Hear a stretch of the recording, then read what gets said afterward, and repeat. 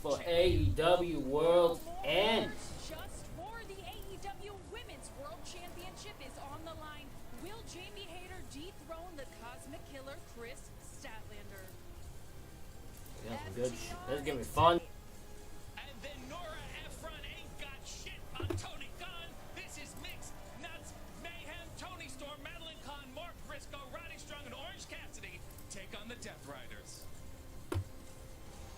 These two men have been at each other's throats for weeks. We didn't even know if this match was going to happen tonight, but alas, Darby Allin has vowed to make gay kids world end. Good shit. This is gonna be fun. The babes of rap defend their newly minted AEW Let's Women's do World Tag it. Team Championships against the CEO, Mercedes Moné, and the Ring of Honor Women's World Champion, Athena.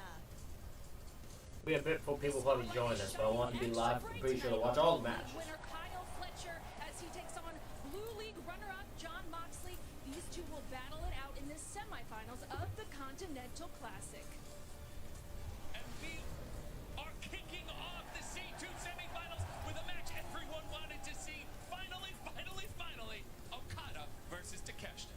And of course, these two semifinal matchups are going to take us into the finals to crown the Continental Classic Championship. It is all happening here tonight. Now to break it down, give us a little bit more insight. We've got a former TNT champion joining us. Please welcome Adam Cole, baby.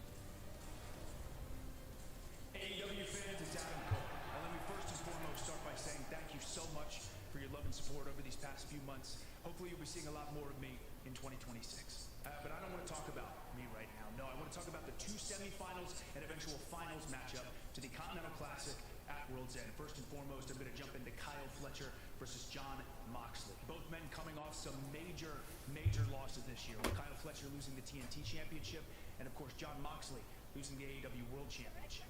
Trust me when I tell you, there's no one who understands how threatening Kyle Fletcher can be, but Jon Moxley, that's a different animal. If I had the chance to step into the ring with a confident Jon Moxley, or Jon Moxley with something to prove, I'm taking confident Moxley any day of the week, which is why I think Jon Moxley is winning this semifinal matchup. Then, of course, we have Okada versus Takeshita. Okada is one of the most decorated professional athletes in the history of this sport, but Takeshita has momentum. Right now, Takeshita is on a roll that I don't know if anybody is going to be able to stop. I think Takeshita is going to beat Okada. Then, in my opinion, Jon Moxley versus Takeshita, the finals of the Continental Classic at World's End. I talked before about how dangerous Jon Moxley is, but sometimes that doesn't matter. Sometimes someone has so much momentum, Sorry, guys, so we'll much drive, is so Hello, Antox Montana. How are you doing? I apologize for the volume. I'll turn it up a bit. They can't be stopped. I just had to turn it down while I was... In my heart, that man is Takeshita. So I think Takeshita walks away as the winner of the Continental Classic at World's End. Now who knows what's going to happen? I might be completely off, but what I do know is that we're all going to get the chance to witness the best day of professional wrestling. Get ready for AEW World's End. Boom. Expert analysis delivered by Adam Cole ahead of the We'll see Continental what Classic goes on here semifinals tonight. kicking We are off in for a World fun Send night right of now. action The here on start World's of End. action beginning. We got they've added a bunch more matches in the span of yesterday. They added like 2 or 3 more. Because of course they did. Introducing first, Hyon and Maya World. Hyan and Maya World, an impressive performance this past Thursday night, or Christmas Collision when they took on the AEW Women's World Tag Team Champions, Harley Cameron, Willow Nightingale, the Babes of Wrath, Tony. Yeah, they got something a little bit different, though, here tonight, don't they, Nigel? A little added incentive as well. By the pricking of my thumb, the sister of sin, this way come. There we go. Alright, promoted them everywhere. Now we don't need to worry about that. Julia Hart and Sky Okay, Blue, we ready. the sisters of sin. You're from France. This would be a very exciting homecoming for Sky Blue here in the Chicago That's area. sick. But she is so stoic and so mysterious, it's hard to read her now. If she's That is excited. actually I awesome. was going to say, does anything excite Sky Blue anymore other than punishing her opponents, punishing. That's genuinely awesome. Can you guys hear me okay? I don't have the mic near me. Do I need to move the mic closer? I don't know if you guys can hear me or not. I don't want you to... I can move the mic closer if I need to. call them a very successful and aggressive crowd. It was a backstage attack by the Triangle of Madness that actually saw... It is weird to have a hometown person who's just non-reactionary. After he left them laying with the rest of the locker room tonight. A big opportunity for this young tag team from Texas who never teamed together before AEW but have really started to show promise. As you mentioned last week on Collision, the match against women's tag team champions will be in action. Starting for her side, opposite Sky Blue. I will watch AEW tomorrow. I go to sleep. Well, thank you for saying hello. I appreciate it. Have a good sleep. Yeah, I bet you it's good. Trust me, I don't even know what time it is in France. Oh, let's find out. I don't know what time it is in France, but you'd be here for ages already. On HBO Max, just visit hbomax.com/AEW. For more information on how to order right now, if I can type. Avoiding the stops from Sky Blue. Down. Yeah, it's about 1 in the morning. Yeah, so you wouldn't want to be up for this show. You watch that tomorrow. Yeah, smart move. Be smarter.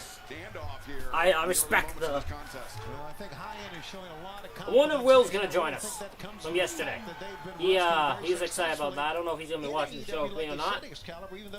We'll see if anyone else joins. But right now, Sisters of Sin in control, tag made out to Julia Hart. Double hammer throw. On the way. Lucky enough I was able to afford this. Down goes High-End. Courtesy of the Sisters of Sin. Maya World very concerned. But wait a second. Off of the corner. Just a 1 count for High-End and Maya World. Yep. Swept out the leg of Sky Blue, pulling her out of the ring now. See it. The advantage leg drop. You know where we are. We always here. Just a 2 count, says referee Mike Posey. This show is expected to be about 5 hours long, so we are in for a long night, ladies and gentlemen. Long night. We're gonna be here for a bit. That's okay. Okay. Okay, almost got it. You know what I mean. Right now, Maya World and High-End got Julia Hart strung up on the ropes, and Maya over the top, senton. Okay, this match has got off the rails already. Julia Hart, but in from behind comes Sky Blue. Oh no, this match has got off the rails already.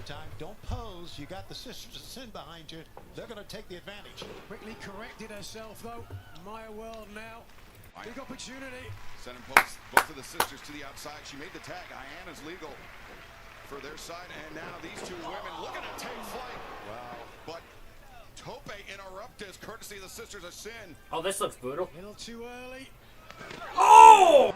Maya World going to make a statement against a far more established team here in AEW, and that's why they're a far more established team. Yeah, I think Maya World and High-End just tried something they shouldn't have right there. They just get a little excited being here on 0 Hour. Now cover made inside the ring. Do you? Do you get very excited when you're on 0 Hour? Do people just go on 0 Hour and they're just losing their mind panic? Because they're like, oh my god, I'm on the pre-show. Well over a decade in the job. Right now, Julia Hart punishing High-End, and this match in the AEW Women's World Tag Team Division, or Women's Tag Team Division, could have big implications. Sisters of Sin, victory here could set them up to challenge whoever leaves World's End later on tonight with the AEW Women's World Tag Team Championship. Snapmare. Sky Blue. Oh, super kick. High-End rattled there. Fans here in Chicago still filing into the Now Arena, but support for Sky Blue. Look at this. Beautifully done. A teamwork by the sisters. Now cover made. The Sisters of Sin. I am, though, able to kick out. Yeah, you can tell the difference between the team that's been together for quite a while and the team that is not. It is really showing here in the early moments of this matchup. Oh. I am. Good for a suplex. So is Sky Blue. Neither find it yet. Oh, suplex. Taking Sky Blue over the top with the suplex, and now Hyann realizing she needs to make the tag.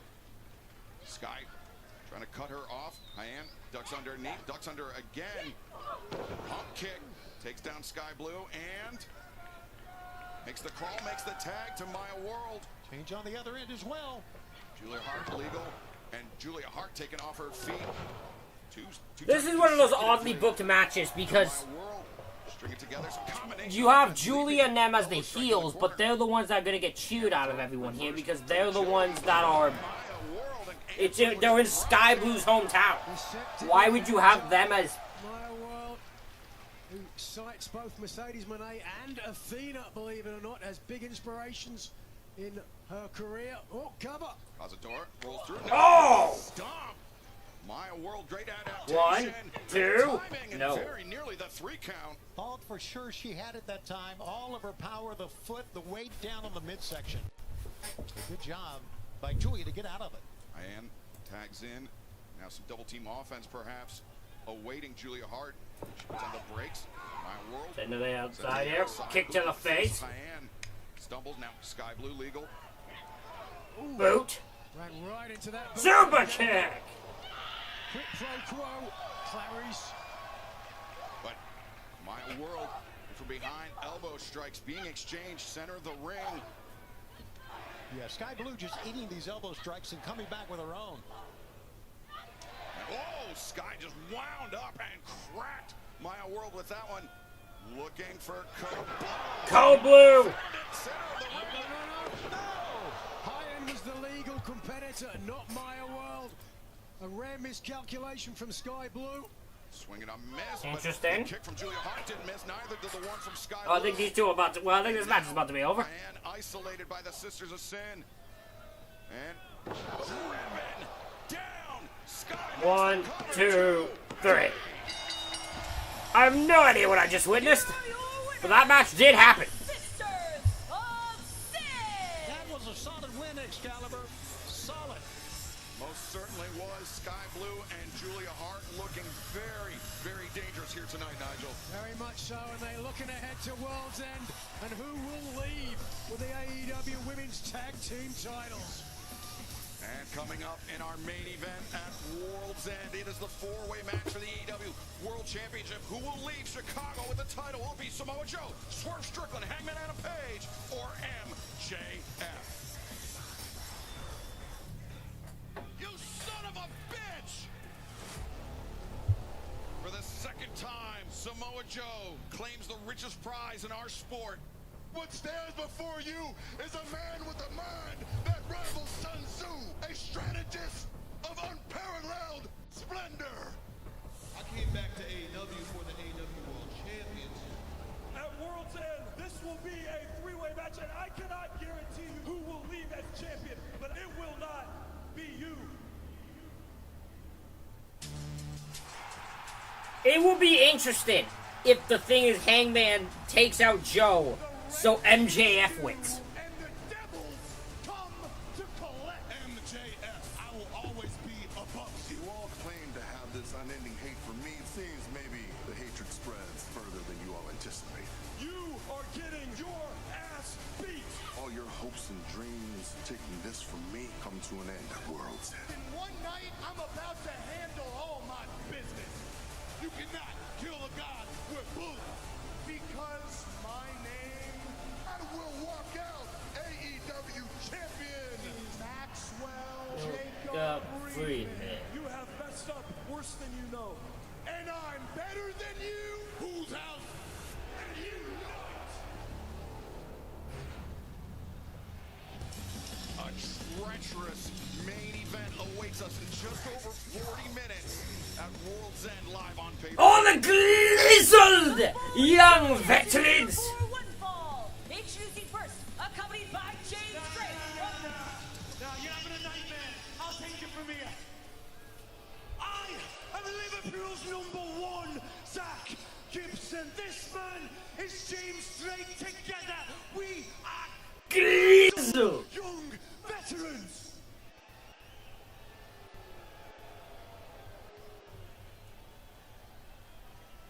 Tonight, Oh, Eddie Kingston not letting him speak. Eddie Kingston not letting him speak. The Mad King is around. Interrupting Zach Gibson. Oh, he just. Oh, he. Oh God, Eddie's just walking. Eddie's power walking. Eddie's just power walking. Eddie's red hot right now, guys. Eddie's just beating up both of them. He can't hear the fight. This match spilling out from the Boxing Day Ring of Honor. Kingston picked up a victory over James Drake and now looking to defeat the other member of the Grizzled Young Veterans, Zach Gibson here, back elbow. Kingston coming out, he is fired up. And Come on, Eddie. last week on Collision, Oh. Nathan Cruz, one of the friends, close confidants of GYE. It was the beginning of this match that raised the ire of the Grizzled Young Veterans. Eddie Kingston making his way into the ring for the match, breezed past the veterans, a blatant show of disrespect, and so ultimately the Grizzled Young Veterans had to get some payback. And after a match between Gibson and Kingston, Zach Gibson did exactly that. Oh my God! Oh my God! Flinging himself at Eddie Kingston. It was like a decapitation. Holy shit! Number one, bigger than the God Beatles title, damn! if you can believe that. I don't believe that, as a matter of fact. Eddie Kingston, as we take another look at this, he had his eyes. James Drake did not see Zach Gibson coming flying in. Eddie Kingston, of course, winner of the first ever Continental Classic. As Kingston just recently returning from injury. Booing Zach Gibson, not a fan. 2025 Continental Classic, but I'm sure would love to be back in the mix. I think Eddie Kingston is the most identifiable wrestler that we have here. That's an interesting. There, Kingston trying to make a statement. I don't know if that's true, to be honest. Kick out. The chant for Eddie goes out. I don't know if that's true, but I don't know. People might disagree with me on that. Fans chant his name. There's nothing flashy about him. He comes to work. He's serious. Stomps his way to the ring. And John Lennon said it best. The working class hero is something to be. Oh, look at this. Gibson drops for the single leg. Good job, Gibson. Remember, Kingston Oh! was out of action nearly a year and a half due to a leg injury. That's got to be lingering in the mind of Eddie Kingston. Yeah, that was at the hands of Gabe Kidd, who we're going to see tonight going up against Darby Allin when World's End takes the air in less than 40 minutes now, Excalibur. Oh! Chops being exchanged. And you can join us on pay-per-view just over 37 minutes away on HBO Max. Visit hbomax.com. Eddie getting fired up. You don't disrespect Eddie Kingston. Trying to get the better of Kingston with those chops. But Kingston fires back with one of his own. Yeah, Gibson made a mistake by hitting Oh! the ropes that time. I think. Clothesline. Kingston, though, is still suffering from this onslaught by Zach Gibson. In my opinion, a great aficionado for the British heavyweight style. Kingston taking a moment to steel himself.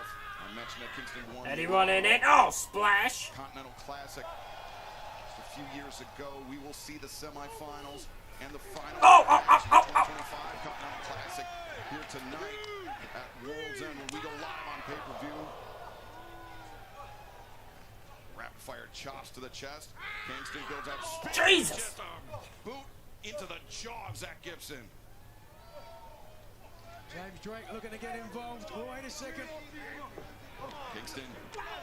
Grabbing the scarf that was used to choke him. Oh, how the hell did the ref not see that? Come on. James Drake, the referee, didn't see it. How did... Something is amiss. Well, Drake took the spot. Good thing the referee, good thing for Drake, the referee didn't see it or he'd be gone. Look at Gibson. How the hell did he not see that, though?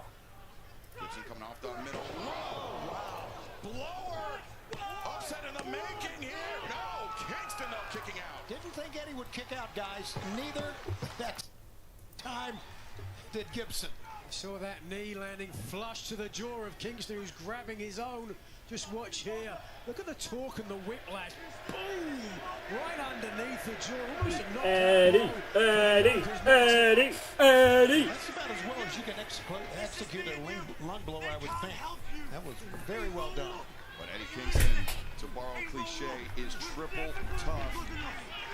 We saw it in the Continental Classic. We saw it when Come he on, won Eddie. the title and defended it across the world. beat him for it. Kazuchika Okada, who still, at least on paper, holds the title, having relinquished it at the beginning of the tournament, still in with an opportunity to reclaim his property. Kazuchika Okada, Konosuke Takeshita, the dream match. Also a semi-final match in the 2025 Continental Classic will kick off World's End just 35 minutes. Oh God, Eddie lost it! I was thinking that you could just do so much to Eddie as far as trying to browbeat him and trash talking. Whoa, look at this. Gibson getting the better with the palm strikes. Jesus! Protected to the jaw. Kingston's going to watch out for it. Oh, it's a Gary! Enziguri. Gibson is dazed and Eddie. DDT! That's how he beat Nathan Cruz. And that's how he beat Zach Gibson. Oh, but James Drake immediately on the bell. Yeah, Eddie should have seen this coming, but look at this. Listen, oh my God! They're choking him with a damn flag! Drake using that scarf to choke out Eddie Kingston. While Zach Gibson getting to his feet after that DDT. A GYV with Kingston in a oh my God! very precarious position. Somebody needs to help Eddie! Here it comes again, the coast-to-coast dropkick into the face. Kingston. Oh, wait a second. Yes, he does have a friend. It's his best friend, Ortiz. Ortiz! To the ring. Monkey! And now he's back and with Ortiz is here! ball in hand. How about that? How long has it been since we've seen Ortiz?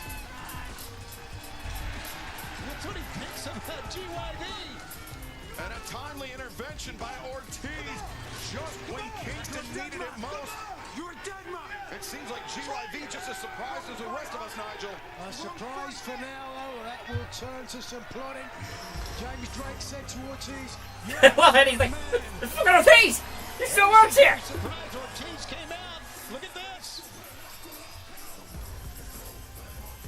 He just flipped him off! It's just when Eddie Kingston needed it here. But a victory nonetheless for Kingston. The DDT ended the night for Zach Gibson.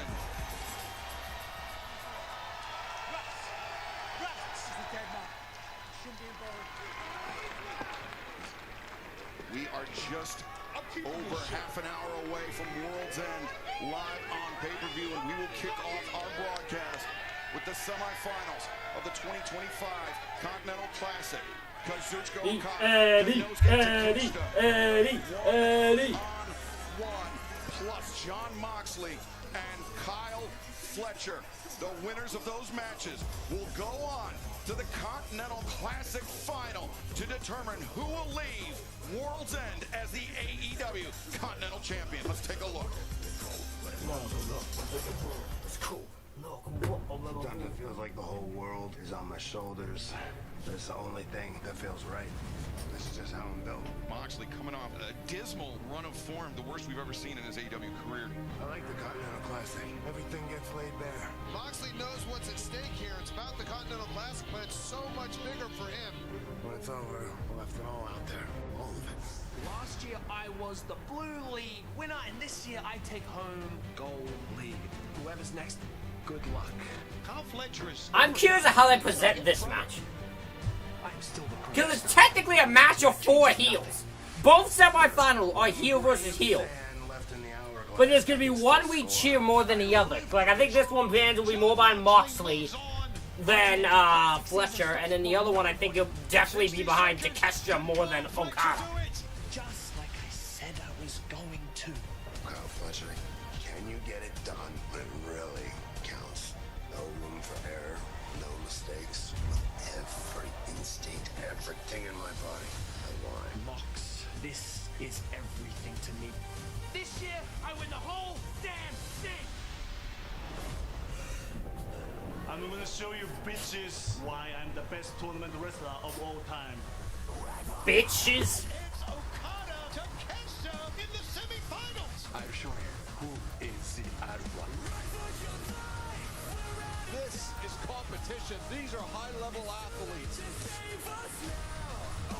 We've already seen the tensions bubbling over with Okada and Takeshita. We know they can't wait to fight each other.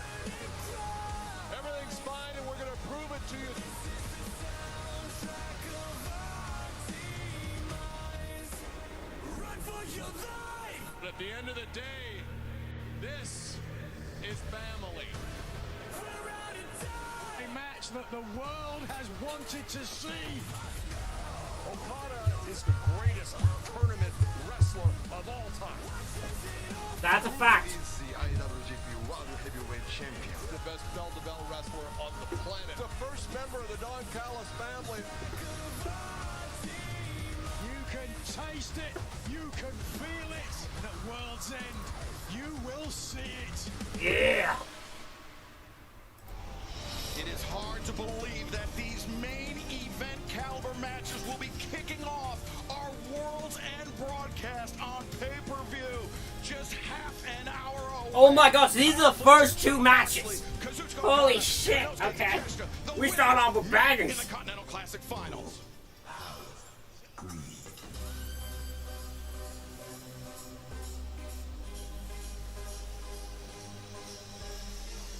The following tag team contest is scheduled for one fall. Introducing first at a combined weight of 418 pounds, Mark Davis and Rocky Romero. Isn't it something that you see and hear the word greed before Don Callis' family makes its way out?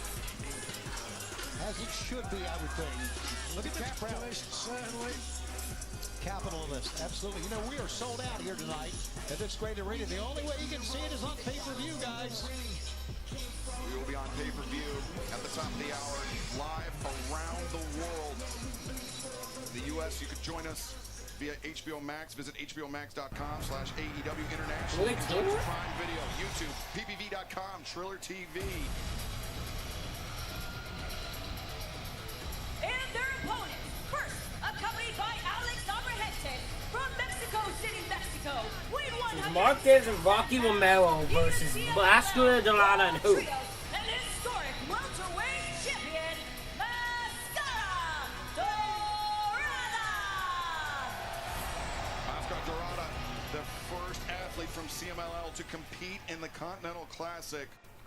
He did not advance to the semifinals. However, he did have a very Bandito!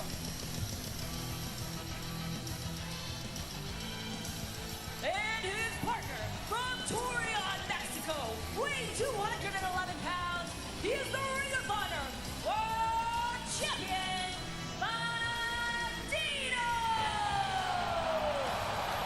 And this past Wednesday, the Christmas Eve Dynamite, Nigel Bandito picked up a little more jewelry in the form of the Dynamite Diamond Ring. That's right, facing off against Ricochet, a super... So does MJF not have the diamond anymore? Because it'd be very weird if you did this whole tournament. Just have MJF win the thing. Also a future AEW World title opportunity at Maximum Carnage, the middle of January against whoever leaves Chicago as the AEW World Champion. That's coming up on Phoenix, I'd say. And this young man is so red hot. Listen to the response from the fans. And Maximum Carnage coming up January 14th as we make our return to Phoenix, where Bandito will face whoever leaves World's End tonight. Okay, MJF's as the definitely AEW winning. World Champion. It's MJF with Joe. Swerve Strickland, Hangman Adam Page, or Samoa Joe. True toss-up in tonight's World's End main event. Fans beginning today and for a limited time only. The AEW Bacon Brawl Combo is available at all White Castle locations nationwide through January 31st. That's 2 bacon cheese sliders, fries, and a soft drink. Make sure to stop by any White Castle location and order the AEW Bacon Brawl Combo. I don't have a White Castle in Canada, so I can't do that, About 10 unfortunately. of those. The size of this man, he's been affectionately known as the Tank. Ooh, there we go. Side headlock taken by the Ring of Honor World Champion Bandito. Mark Davis, the most Mark least, Davis just threw the him off forgotten member. easily. The one no one cares about in United Empire. Man, Running through the chop of Bandito. And the strength of Bandito, Nigel, is not a secret. But when he's matched up against somebody like Mark Davis, it's tough for him to employ that power. just the power and the momentum Oh! of Dunkzilla. Huge Australian. Since making his return back in March of this year. been training with drop bears in the outback, from what I understand. I'm sorry, repeat that again. He's been training with drop bears in the outback. Where do you get this information? Look at the power, though. Yes, I do. Hold on. Give me 5 seconds. I'm not watching on the Discord at the moment, but I do have a Discord. I might be able to watch it. Discord, we'll see. Been a tag team Just be specialist very. throughout his career, of course. Came into AEW. Give me a second. I forgot to link it, so it's actually good you remind me. Don Callis family. Don Callis certainly has a lot invested in World's End tonight already. Yep. 75% chance of winning the Continental title, and if you take John Moxley's damaged ankle into account, it might be close to the 90%. Right now, Are you trying to Steiner map here there? frenetic pace here to Nigel? showing off his agility. And comes around. T. Harris brings down Romero. And Dorado very easily up to There's his a feet. Discord. Rocky Romero might be looking for a little bit of payback. The reason also I might not be. I probably won't, I don't know if I'll watch it specifically on it. Currently at this moment, I have to switch between links to get to look at chats.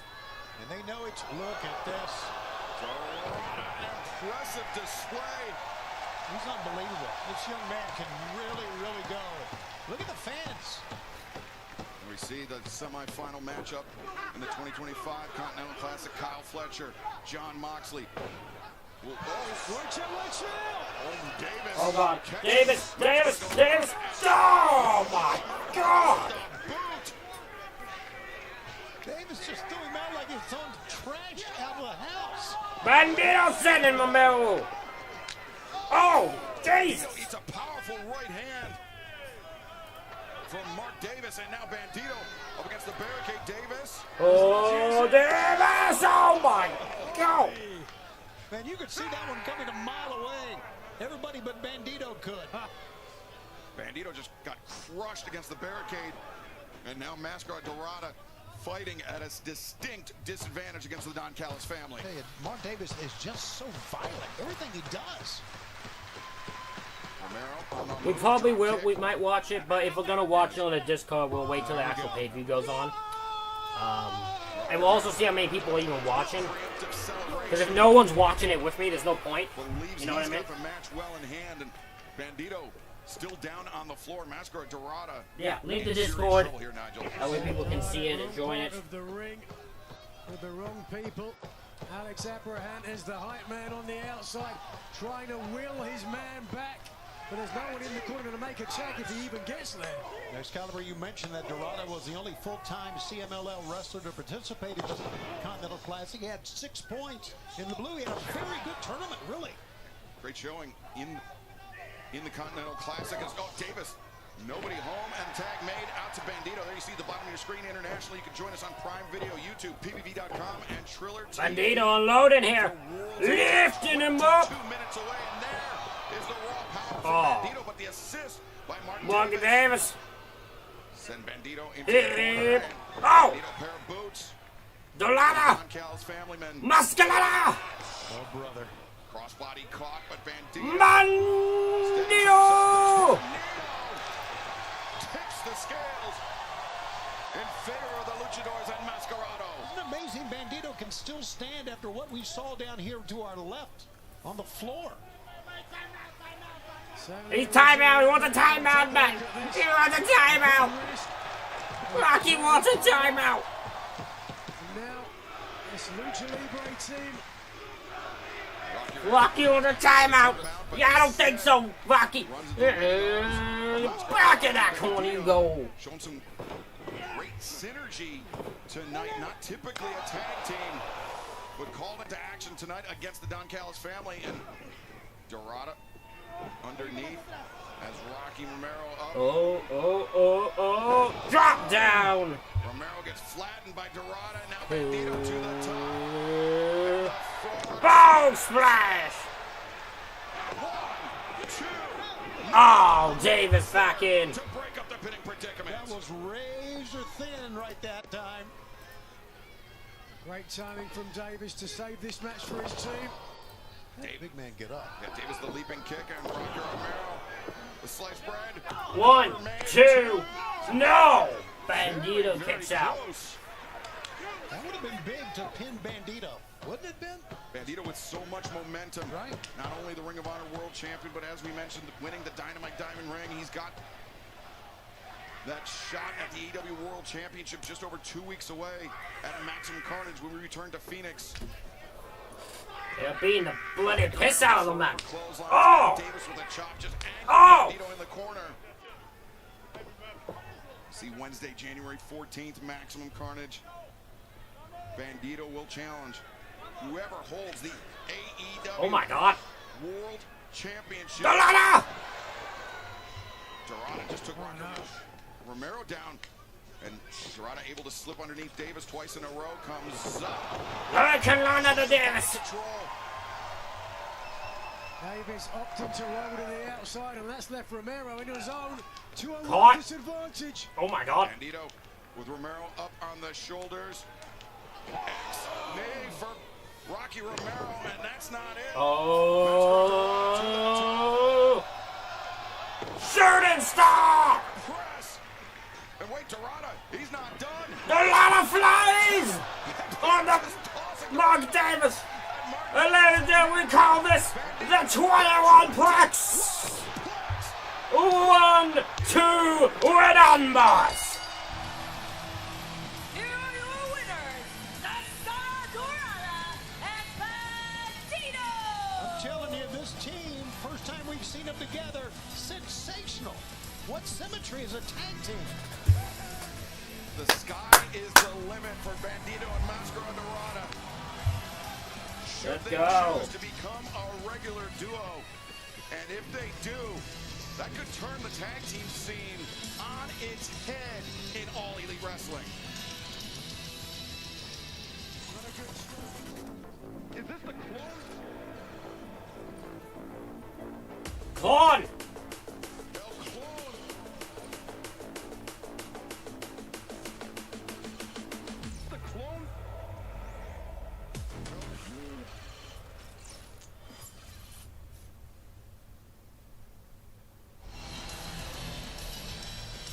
Well, fans, we apologize for that technical interruption, but right now, let's take a look at our Women's World Championship match coming up at World's End. Jamie Hayter challenges Chris Statlander for the title. Jamie Hayter, the former world champion, wants a shot at that title. Jamie, go ahead and hit me with every lariat that you want. I will keep getting back up. And maybe if you learned how to do that too, you'd still have this. Thank you very much for the motivation, Stat. Truly, I appreciate it. I'm not here to shake your hand. And I'm definitely not here to have a lesson from you. Okay. If you want the answers you're looking for, let's do this. Jamie Hayter, Chris Statlander one-on-one for the AEW Women's World Championship. The woman you teamed with tonight isn't going to be the woman you face at World's End. I want it, so I'm gonna take it. My sob story is over. But if you want to keep yours going, I have no problem making you cry about it. Chris Statlander, the only woman to be TBF champion and women's world champion. You will find out why That's I am insane, the galaxy's greatest. I'm here to win my world title back. Nothing more, nothing less. It really is as simple as that. See you at World's End, mate.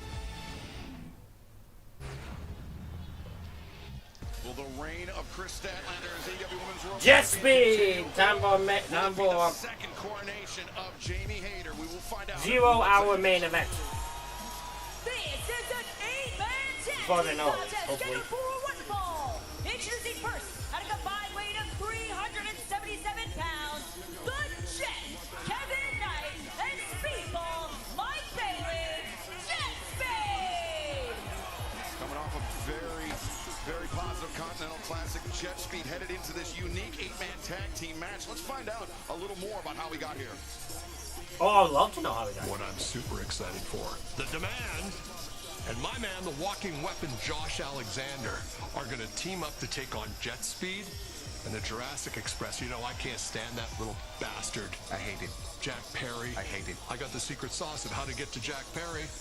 You take out the dinosaur, clip his nuts. I got a great idea. You're not going to regret this. You're going to love it. I got an idea. I got you. Someone else doing the thinking besides me. I love this. This is going to be fantastic. Tonight, the Don Callis family and Demand rolls. Don Callis getting his New Year's Don, you didn't even say that confidently. One of his resolutions was to get along better with his co-workers. The other was to take terrible vengeance against his enemies.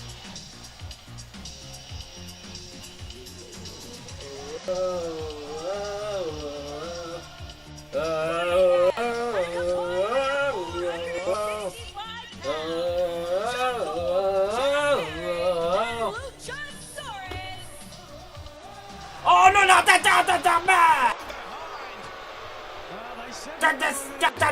man! Take out the dinosaur, clip his nuts. And Ricochet with Well, that national championship, bashing the skull of Jack Perry. Now, Josh Alexander. Just a gang attack here. The man's team out here, and Khan stopping Jack Perry while Oh! Leona, who's choking Luchasaurus at the top of the ramp. And Jack Perry got back to his feet, Excalibur, but look, Luchasaurus is still down. As Ricochet sending Speedball Mike Bailey. Oh my God! On the suplex on the ramp, and this match hasn't begun, but the mugging is well in hand. And you saw right there Alexander just smiling and pointing like it was a traffic cop or something. Wait a second, they're taking him away. Oh no, don't get him. Joe Leona, Bishop gone, taking Luchasaurus to the back. Wait a second. Oh! Throwing themselves at the national. Jack Perry's official is just dead on the apron. Josh Alexander. And notice that Jack Perry is still down. That was a nasty. What is that? He's fighting dead. You got fucking suplex onto the fucking ramp. Both members of Jet Speed competed in the Continental Classic this year, finishing with 6 points. Kevin Knight picking up 2 of the most impressive, I think the biggest victories of his career over Darby Allin and over Kazuchika Okada, the Rainmaker. Oh, wait a second. Ricochet. Yahoo! Ricochet sent flying. GOA, Joe Leona, Bishop Khan. They were coming back. I don't know what they did to Luchasaurus backstage, but he Locked is him in a crate. to emerge. If he emerges at all right now, I think this is a numerical disadvantage for Jet Speed and Jack Perry. Oh! Nice UFO splash. 1, 2. No. This is what Jet Speed's got to do. A huge numbers disadvantage. Now it's ostensibly a 4-on-2 handicap match. Jurassic Express, for all intents and purposes, taken out. Josh Alexander sent face first into that top turnbuckle pad, and he's Oh no, Bailey! Oh! Bailey shoved Oh! to the top by Ricochet, and Bailey came down very, very awkwardly on the outside. Yeah, look Oh at that. my He can God! hit that apron. Bailey there tried to break his fall. A touch Oh, of the apron God. but without any wrestling. Oh, I hope Bailey's okay. Done some considerable damage. Excalibur, you mentioned about the success that Jet Speed had during the Continental Classic. Cover made here by Ricochet. I mean, there's no question that the biggest wins, I think, in his AEW career for Kevin Knight came in the Continental Classic. There was no doubt. Most certainly did as Oh! Ricochet, Kokeshi style headbutt. As we see it on the bottom of your screen, the semifinal round matches in the 2025 Continental Classic, which will kick off our World's End broadcast just over 11 minutes away. John Moxley, Kyle Fletcher, Konosuke Takeshita versus the Rainmaker. Kazuchika Okada is the tag made here. And the winners of those matches will go on to the Continental Classic final. And the winner of that match will not only win the tournament, but if it's not Kazuchika Okada, will become the new AEW Continental Champion. The part I'm curious about is it feels like Okada has to win to be in the finals. But I feel like Okada should not be beating Takeshita. Absolute muggers here. I was going to say 2-on-4 will do that to you.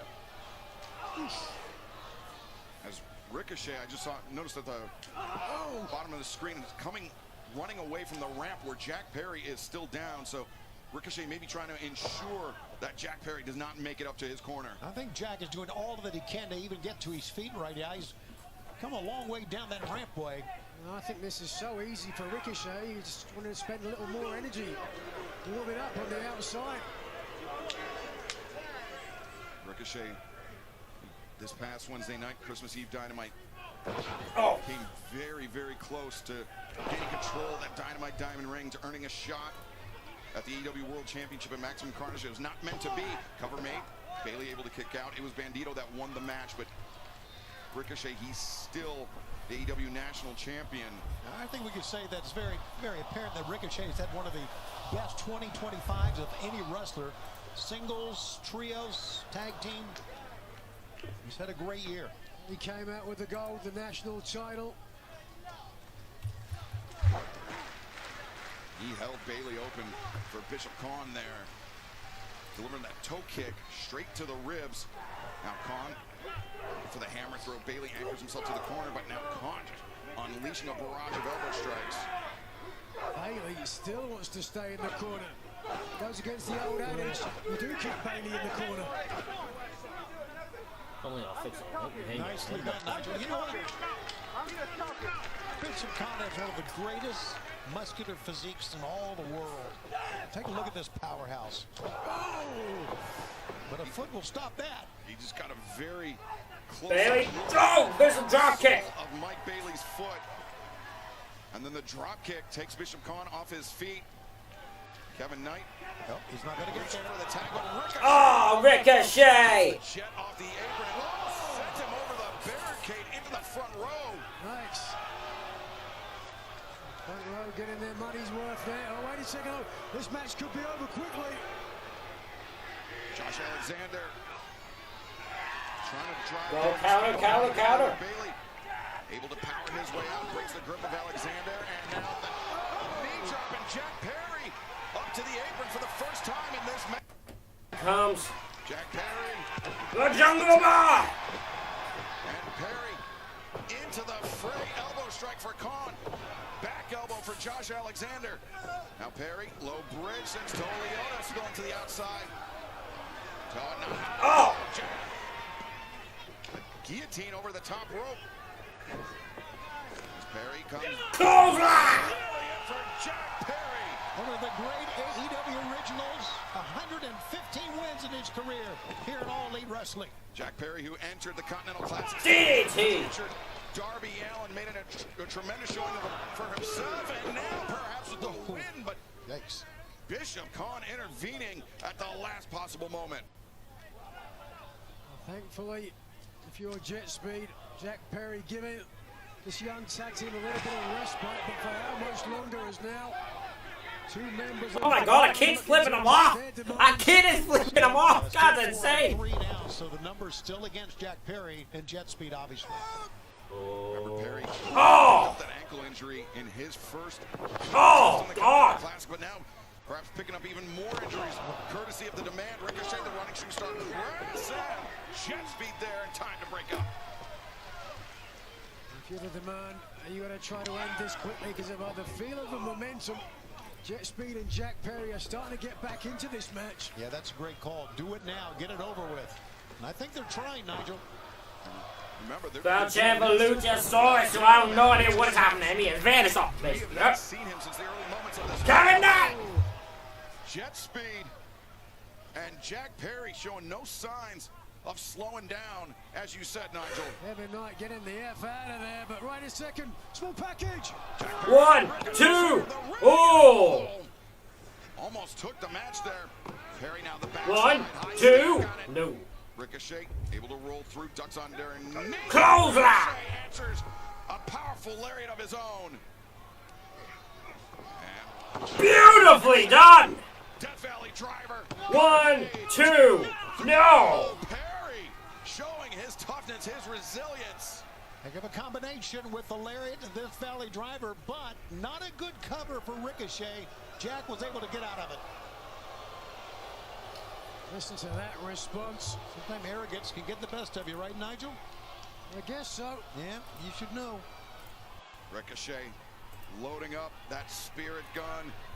He's got Jack Perry in his sights. What? Ho, ho, ho. Look at this, all bandaged up. The dinosaur's back! Bandaged up, but still. Screw you! Coming to the ring, the lariat for Bishop Khan. Screw you! Alexander goes down. And Ricochet. Spirit gun, nobody home. Jack Perry. Tag to the dinosaur! Now Luchasaurus legal. Close it! Ricochet got taken off his feet. The lunging shot from Bailey, and triangle moonsault wipes out Tony Leone on the outside. And Kevin Knight just a springboard taking out Khan and Josh Alexander. Oh. Choke slam! Slam! One arm for crying out loud. Tag made, Jack Perry. Now it's his turn to line up. Ricochet, the knee to the side of the head. 1, 2, got him! Here are your winners, Sexy and Jurassic Express! Well, far from clipping Luchasaurus's nuts, they just gave him a shot in the ass. The dinosaur came out and changed the complete complexion of this match. Jack Perry just pinned the national champion. Certainly a situation to keep our eyes on. After a successful Continental Classic, Jack Perry just beat Ricochet, the national champion, as you mentioned, Nigel. Yes, and that's a future match. Jack Perry versus Ricochet for the national title. 0 hours, we turn our attention to World's End. Let's head up to the ramp and the panel. Okay, let's do that. Gentlemen, we are off to a hot start here tonight. Jeff, what are you wearing? No less. How you feeling tonight? Feeling the energy? I feel claustrophobic. It's too much chaos. How do you watch? How do you watch? That's a great question, Jeffrey. If you're in the United States, you can watch AEW World's End on HBO Max. Yes, and if you guys are watching internationally on YouTube, PPV, as well as with our friends at Amazon Prime, we've got all the action happening here tonight. You guys don't want to miss any of this. This is what's happening on the pay-per-view. For the AEW World Championship, it is a four-way matchup. Swerve Strickland takes on Samoa Joe, Hangman Adam Page, and MJF. And the AEW Women's World Championship is on the line. Hater hits hard. Does Big Stat Daddy hit harder? The AEW World Tag Team Championships are on the line. FTR accepted the challenge from the Bang Bang Gang. It's all going down here tonight. It's a Chicago street fight. Steve Martin was not broad enough. It didn't do well at the box office. Nevertheless, Mixed Nuts Mayhem is tonight. Roddy, Orange, Briscoe, Tony Storm against the Death Riders. This was a match that we did not even know was going to happen tonight. These men are certainly willing to did. do whatever it takes to take the other man out. Gabe Kidd versus Darby Allin is going down here tonight in Chicago. And the first ever defense of the AEW Women's World Tag Team Championships. Who are they, babes? What do they have? Their hands full. We are on the cusp of the finals of the AEW, or the Continental Championship, but we got to hit the semis first. We've got Jon Moxley taking on the winner of the Gold League in Kyle Fletcher. And we are kicking off the C2 semis with this. I can't believe this is finally happening. Well, this is the kickoff match. This is the match that starts the show. Oh, yeah. And this will bring us to the finals. Who will be crowned the Continental Champion tonight? Could be any one of those four men. This has become such a prestigious tournament here in AEW to imagine which one of these men is going to walk away the victor tonight. Double J, you got any guesses? Oh, I got a great guess. I think Takeshita is going to kick the night off and close it. He's walking out here, the C2 champ. I said it a while ago. Say it again. The American Dragons. Have fun tonight. Ladies and gentlemen. Just completely overshot him.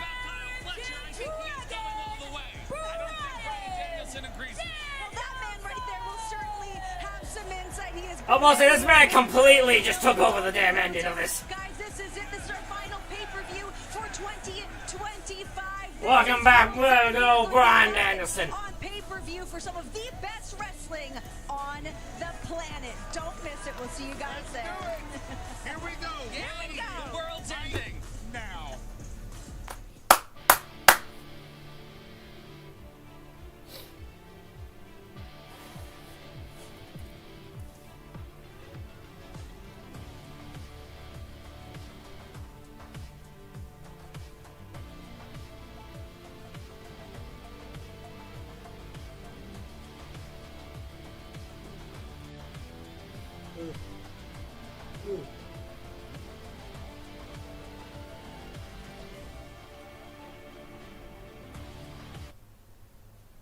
Alrighty, ladies and gentlemen.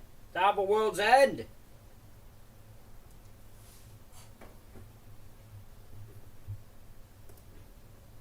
And now, live from Chicago, AEW presents World's End. AEW World's End live, baby. Let's go.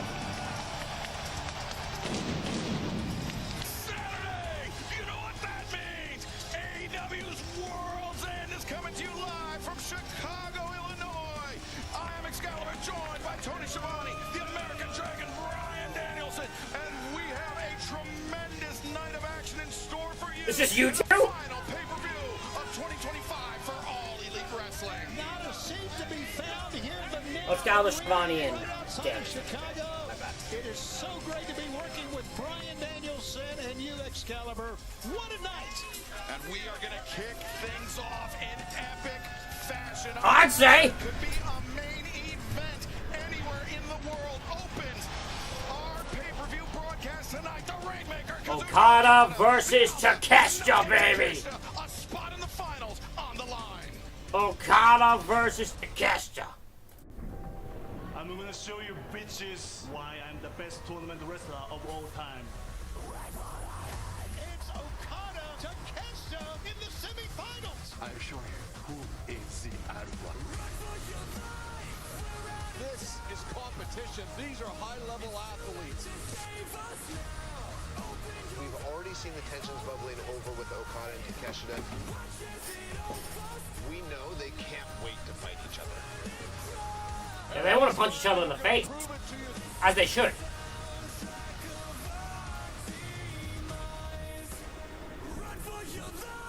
But at the end of the day, this is family. A match that the world has wanted to see. Okada is the greatest tournament wrestler of all time. Who is the IWGP World Heavyweight Champion? The best bell-to-bell wrestler on the planet. The first member of the Don Callis family.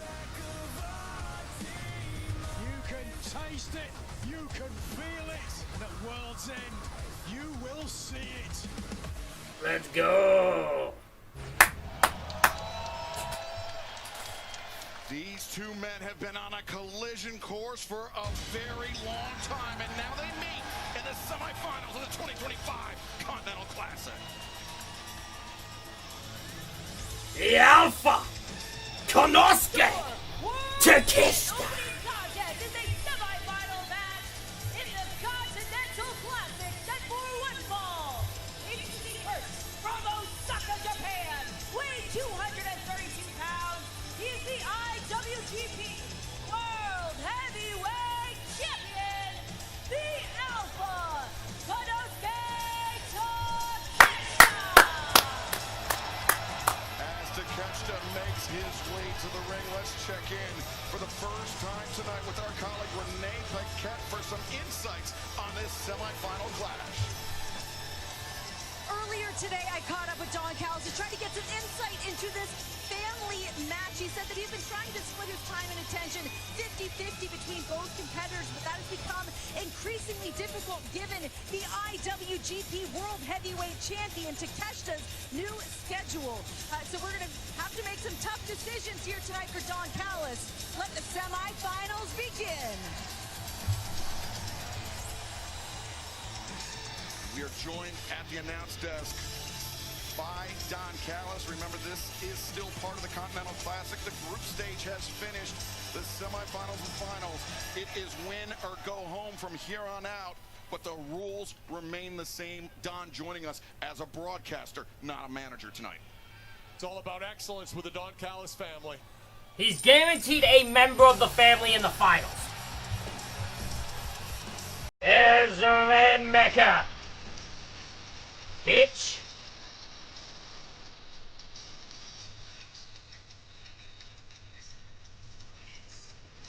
I hope you check the chat much during this thing, because I'm not missing this damn match. 236 pounds is the AEW Unified Champion, the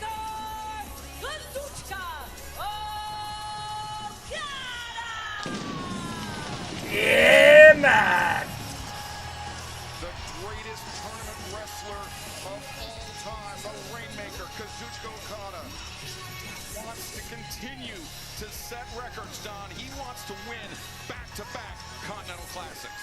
Well, that could happen, and what you're seeing here today is two of the greatest wrestlers in the world, in the history of the world, and they're both part of this family. Don fielding 3 of the 4 semifinalists in the Continental Classic. The odds for the Don Callis family are exceptional, but Bryan Danielson, as the only man at this desk to have competed in a Continental Classic, you reached the semifinals. What do you think about this matchup? Is it coming out of the gates hot? Or Okada killed 2 skulls with 1 bird!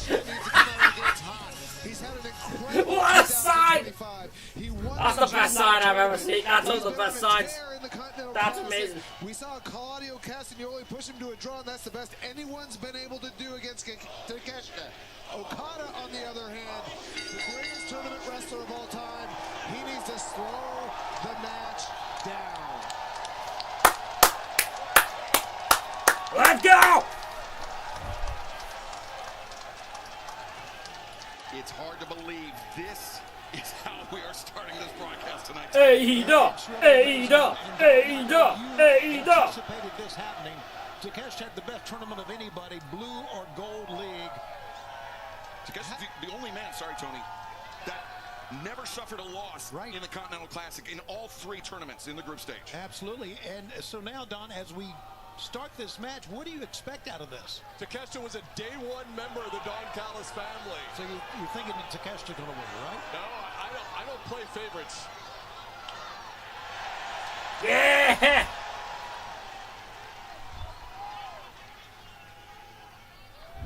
I'm kind of like, okay, well, this is how we're doing it, eh? Tentative start, but a collar elbow tie-up.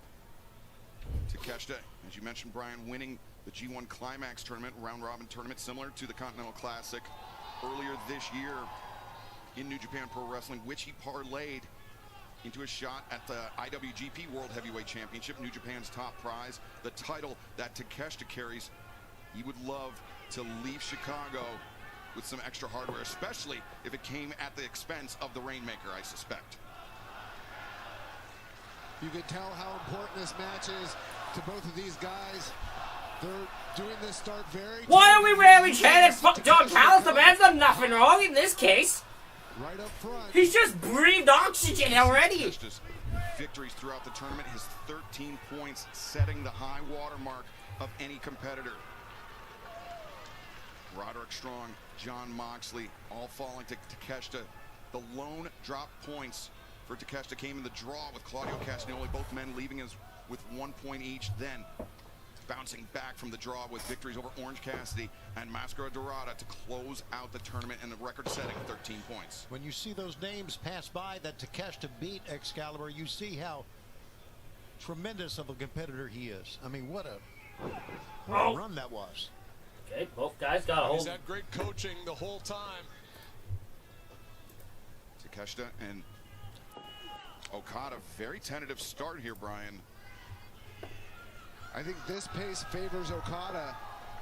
You know, he's been in a lot of these long matches, a lot of these tournament styles, semifinals and finals. Well, we saw a clean break from Takeshita earlier. Let's see if we get one from Okada.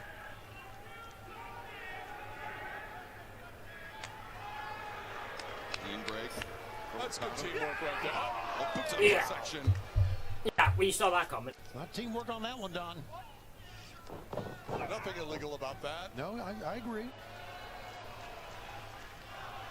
The one difference from the group stage here in the semifinals and finals, there are no time limits. There must be a winner. Fuck Don Callis. To the midsection by Okada. Fuck Don Callis. In this situation. Okay, so that just ruled out someone's theory. Oh, wait a second, Rainmaker. Rainmaker, no! With a knee strike. Go for the cold side. Oh, uppercut. Boot to the face. Brings the boot up into the jaw. Hammer throw to catch the line. Wow, what a lead. Strong legs getting him up in the air. Don, you're cheering each and every move by both men here. I'm just so in awe of the talent and the family and these two. it's just a joy. I would have paid money to come and sit and watch this here tonight with you. Brian, the question I was going to pose to you is, having been in the semifinals, is it something where you just go for broke? You wrestle like you don't have another match tonight, or is it something where you want to leave something left in the tank for the finals? Well, you have to go for broke, because if you don't go for broke and you lose the semifinals match as I did, then you don't make it to the finals. Look at this. Oh, bending the fingers, the digits. Manipulating multiple joints. Okada, though, using his length, getting that boot on the bottom rope to force the break. Yeah, we got a clean break out of that. Another clean break from Takeshita. Yep. Okada, he was holding that right arm close to the body. Oh! Okada lured in Takeshita, but instead, Okada sent hard into the barricade. Okada just so savvy, in and out of the ring. Oh, there comes the body! Oh, no! Head first. Takeshita going face first into the seat of that steel chair. And a mischievous grand DDT! Rainmaker who just spiked Takeshita on the crown of his head. Yeah, just like I talked about, it seems like Okada is one step ahead every time he wrestles. Stoic look on the face, doesn't seem to get flustered. It's amazing. And Tony, that's why Okada is such a great tournament wrestler. He won last year's Continental Classic, defeating Will Ospreay in an incredible match. He's won the G1 4 times. Just amazing. But I mean, that's the incredible thing about this matchup right here. We've got the defending G1 winner from this year and the defending Continental Classic winner from last year. And they're facing off in the semifinals. Yeah, this very easily could have been a final round match if the group stage played out slightly differently. And Kazuchika Okada, he finished the 2025 Continental Classic Gold League in the runner-up position, picking up victories over Jack Perry, Pac, and on the final night of the tournament, Speedball Mike Bailey. Okada, the neck breaker, not Takeshita, but no sense of urgency, at least yet, as cocky cover there. Oh, come on, Okada. That was about. I think I can say with some degree of certainty that Okada wants to try to get Takeshita to lose his temper. I think he's done a pretty good job of it right now. When you're angry, you make mistakes. Now, that was not a mistake. And Okada offering up his jaw. Jesus! I think that's a mistake. Takeshita has some of the hardest elbows in all. DDT! Beautifully done, Okada! DDT by Okada, but no follow-up. Look at that face, just so calm, confident. Well, he's been in these situations since he was, what, 19 years old?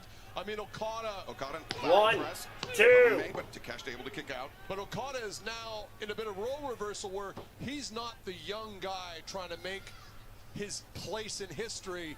He is the older guy, the more experienced guy, trying to hold on to that position.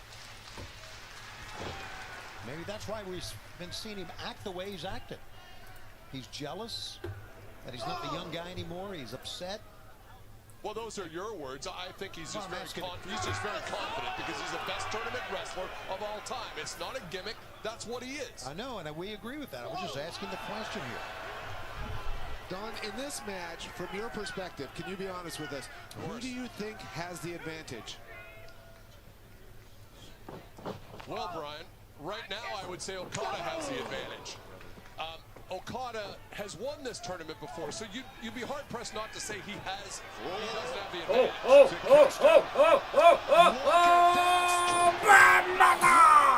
Buster by the Alpha! But if you talk about power and speed, I would say Takeshita has a slight edge, Brian. A slight edge in power? I would say a lot more than slight. Hey, you're the expert. We see that strength of Takeshita and the sheer drop driving. I say that's more of a suplex now looking back. Still a brainbuster nonetheless. And now Takeshita. Takeshita, oh, dodges. With the elbow strikes. Mid counters. Reverses Takeshita. Okay, okay.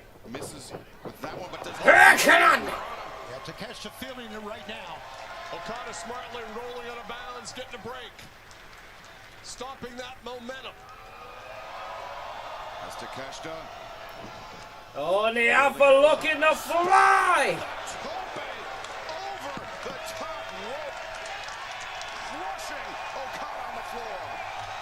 Fans are cheering Takeshita. They love it. Fans are behind Takeshita here. Huge following. Very likable young man, great athlete, tremendous wrestler. Taking a look at that title right now. They'll be looking at that now. The association with you, Don, is so tremendous. Oh, it's so crazy. Puzzling. But right now, the Alpha has the Rainmaker, has the AEW Continental Champion, the Unified Champion. Oh, what a boot! No defense in that at all. Goes over the top into the ladder. 1, 2, no. Takeshita now using that power advantage to manhandle Okada. And even that big boot in the corner comes with such high impact. I think the only person that has such high impact moves as Takeshita would be Kyle Fletcher in all of AEW. Oh, look at Takeshita going after the eyes, or excuse me, Okada going after the eyes of Takeshita to force the break. Yeah, that was his only recourse, because right now, at least up until that moment, What if there's just a group of people just sitting in the crowd just with shades I on? don't see it that much. Don't know why. I'm so proud of both of these young men, I'll tell you that. Okada boot up into the jaw to Takeshita. Now the boots once again sending Takeshita backwards. Tries for a third time. Bandera up, no. Oh. Okada. Okada! Oh, around the neck! And Okada following up those DDTs earlier, he is focused on the neck of Takeshita. Okada's so good at picking his spots, and like you said, Don, Okada's got tremendous focus. And you can see he's focusing on Takeshita's neck right now. Body slam! He's taking what Takeshita's given him to an extent. He's not overextending, trying to go after that neck. He's taking it as it comes. Elbow! But instead of going for a pinfall attempt, he gets to his feet, surveys the sold-out crowd here in Chicago, and does that. That is mind-boggling. It's always been that way to me. Why he would do something like that. Oh, look at this. Oh! Right to the point of the chin. Yes, sir. That rocked Okada, but he's coming back, guys. Yeah, absolutely. I think this is a bad strategy for Okada. I wouldn't want to go toe-to-toe with Takeshita like this. I agree with you. Takeshita, 3 shots. And he's got Okada rocked. And Takeshita challenging Okada to stand up. Okada with a smile on his face. We got strides, baby! They're fun! Uppercut! Okada changes tack. Uppercut! 2 in a row. Uppercut! Oh, and now Takeshita goes down to his knees. Okada, perhaps thinking tombstone pile driver. Takeshita has no intentions of finding out. Okada needs to get those hips underneath. Oh my God, Takeshita counters! Oh no! Okada! Looking for no, count it again! Takeshita now. Overhooks on the legs and drives down Okada. It's tremendous. And the Beautifully done! center of the ring. We're about suplex! And listen to the fans. The crowd is on its feet! Takeshita with Okada lined up. No, Okada counters. And Okada. Look out now, look out. Red Magno Blue Thunderbomb! What a sequence that was. Counter wrestling at its finest from the Alpha, Konosuke Takeshita. Here it is again. Take a look at this counter. Let's not forget, gentlemen, the winner of this has to come back and wrestle again tonight. And that's after having competed in the whole entire Continental Classic. Awesome. These guys' bodies have been put This is awesome. This is awesome. Tough matches. This is awesome. Month. And then to walk into World's End and potentially have to wrestle 2 more times against world-class competition. Takeshita. Knee! No! Intercepts. Okada slips free underneath. Takeshita. Oh, look at that! Not going down! And for the first time, Okada looks worried. Not just worried, Don, scared. Still hanging on to Okada. Not in there. But Okada maintained control of Takeshita's wrist. But Okada, where is his head at? Has his confidence been completely shaken? Or does he know that he... Again, the elbow strike drops Okada to his knees. And a rolling lariat. Cut! Backslide! Control of the wrist underneath. Goes to Takeshita, backslide again. The men separate, and now... Oh, in the turnbuckle! Nobody home, German! What a German! Up in the air and down to the back of the head. Oftentimes, Okada will hold on to these German suplexes and then finish him off trying to go for the Rainmaker. Yeah, you notice Takeshita got that right hand up. Looked like he was reaching for the rope, but I think he's trying to protect himself from that wrist control. He's going for it here, Brian. Rainmaker, no. Roll up. 1, 2. Oh! Oh, what a shot! Drop kick! Terrorist on drop kick! Takeshita to his feet, swinging a miss. Beautiful drop kick! Incredible. Holy shit! Just the opening match. Rainmaker No! blocked. Oh my god! That was a nasty landing for Yeah, they both guys are f***ing dead. Here comes. Knee strike! Knee! 1, 2, No! Okada able to kick out. Many of the fans thought that was a 3, but Paul Turner was right on it. Oh my It's as close god! as I've ever seen to a 3. Okada, defending Continental Classic winner, and having defended the Continental title 16 times, is not going to go down easy tonight. And remember, after this, Jon Moxley and Kyle Fletcher will battle it out for the other spot in the finals. But right now, Okada frees himself from a potential raging fire by Takeshita. Back elbow, and it's Okada. What's happening? Okada with the... Oh! The knee to the back of the head. Okada. Ducks underneath the Rainmaker attempt by Takeshita. Rainmaker and... Oh, come on, ref! Ref, give me a break! And the referee didn't see it. And Okada. What happened? What the hell? That was lame!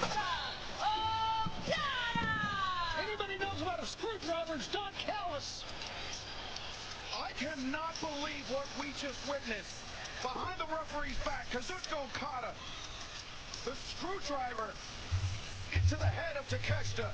And now, for a second consecutive year, Kazuchika Okada will be one half of the finals of the Continental Classic.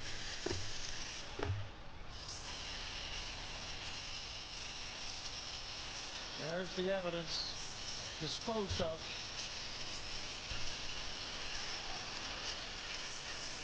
Don Callis telling Okada, great job. Don had to see him. We were watching the monitors the whole time.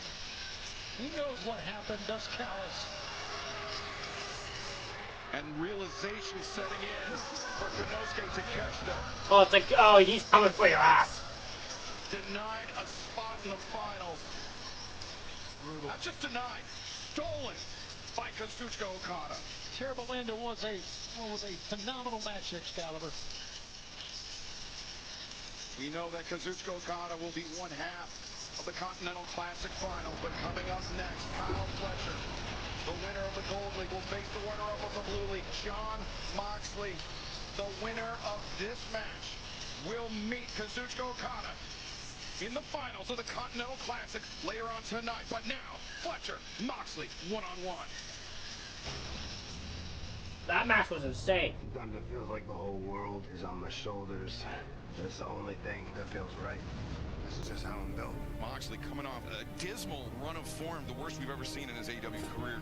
I like the Continental Classic. Everything gets laid bare. Moxley knows what's at stake here. It's about the Continental Classic, but it's so much bigger for him. When it's over, I left it all out there. All of it. Last year I was the Blue League winner, and this year I take home Gold League. Whoever's next, good luck. Kyle Fletcher is overconfident. He's going to get in trouble. I'm still the proto-star. Tonight changes nothing. If there's one grain of sand left in the hourglass, I can still score. I live for this. Jon Moxley moves on. Continental Classic season stops for nobody. 60 seconds. Can Kyle Fletcher do it? Just like I said I was going to. Kyle Fletcher. This match is going to be interesting. Get it done. It really counts. No room for error. No mistakes. With every instinct, everything in my body. I won. Mox, this is everything to me. This year, I win the whole damn thing.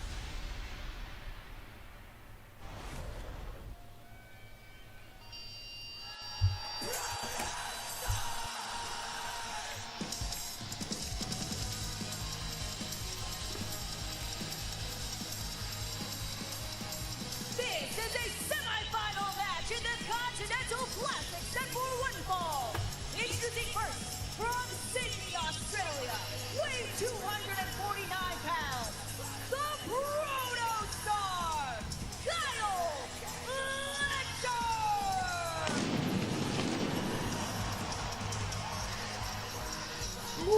Kazuchika Okada in the finals of the 2025 Continental Classic. We're on the verge of finding out, but once more, let's check in with Renee Paquette. Kyle Fletcher has been so laser focused on this matchup with Jon Moxley, he couldn't even be concerned with the previous semifinals matchup, even though it featured two of his very best friends and Don Callis family members. Instead, he has been in deep watching all of Jon Moxley's previous C2 matchups. He said tonight he has to be prepared mentally just as much as physically and willing to push things that much further. Paul, thank you for joining the Discord. Your name is something else. Your name is Feeling confident. He has been in this position before. He has made it to the semifinals.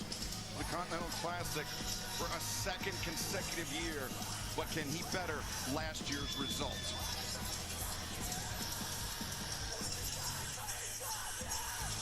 Only in the Continental Classic are you going to see matches like we have here tonight.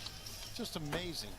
The competition that AEW brings you each and every week, twice a week in the pay-per-views.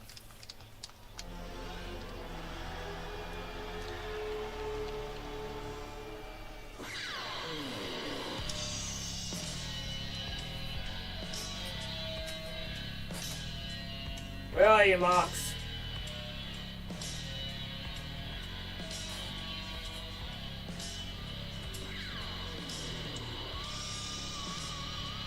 Here it comes. And his opponent from Cincinnati, Ohio, weighing 231 pounds, Jon Moxley! In the first iteration of the Continental Classic, Jon Moxley reached the final round, but ultimately was defeated by Eddie Kingston. Is tonight Jon Moxley's night? Brian, he seems locked in. He does seem locked in, but it's interesting to note that usually when he's doing his entrance, we see Marina Shafir in the back, slapping him in the face to warm him up. We didn't see Marina at all back there. I wonder if there's a reason why. Yeah, that's a good question. Here's another question. I think it's a burning question. How much will Jon Moxley's ankle come into play? Mox is this is babyface Mox coming out here. This is babyface Moxley coming out here. Kyle Fletcher light on his feet, awaiting the arrival of the four-time former AEW World Champion. 4-time? Damn. When the hell did he win it? I'm surprised he's won it 4 times. That's insane. Moxley has spent most of the year plus being hated, but he's getting a little bit of applause from part of the crowd here in Chicago. Well, you know, Brian, a couple of weeks ago, we had here on our programs Jon Moxley talking about his efforts in the Continental Classic, and I think a lot of fans identified with that. Not giving up, not backing down. Brian, I wonder if part of it, too, is that because of the Continental Classic rules, there's been no Death Rider interference. We haven't seen some of the usual Death Rider shenanigans. This match, like our first, no time limit. It is a semifinal round match. I don't know who wins this one. I thought Okada would win that one. That finish sucked. But, this one I actually don't know. Do you do Mox, so Mox is the babyface in a finals against Okada? Or do you do the interesting dilemma of Fletcher versus Okada? It's interesting. By his absence is Don Callis, who was supposed to be joining us here at the desk for this match, but maybe busy attempting to quell some tensions within the Don Callis family that may have arose from our first bout. Yeah, that's a good point. I just wonder what's going on backstage right now. Should be very interesting. Standing switch by Fletcher, but Moxley switched around on his own. Fletcher break free of the waist lock, gripping at the finger of Jon Moxley. And Brian, you know Jon Moxley better than most people, and despite how your full-time in-ring career ended, I mean, Jon Moxley, I think, has got to be, in my opinion, the favorite in this match. I wonder if you share the same. You know, I'm not really sure. You know, 1 year ago, Kyle Fletcher was in the semifinals of the Continental Classic. He lost that match against Will Ospreay. But look at how much Kyle Fletcher has progressed in 2025.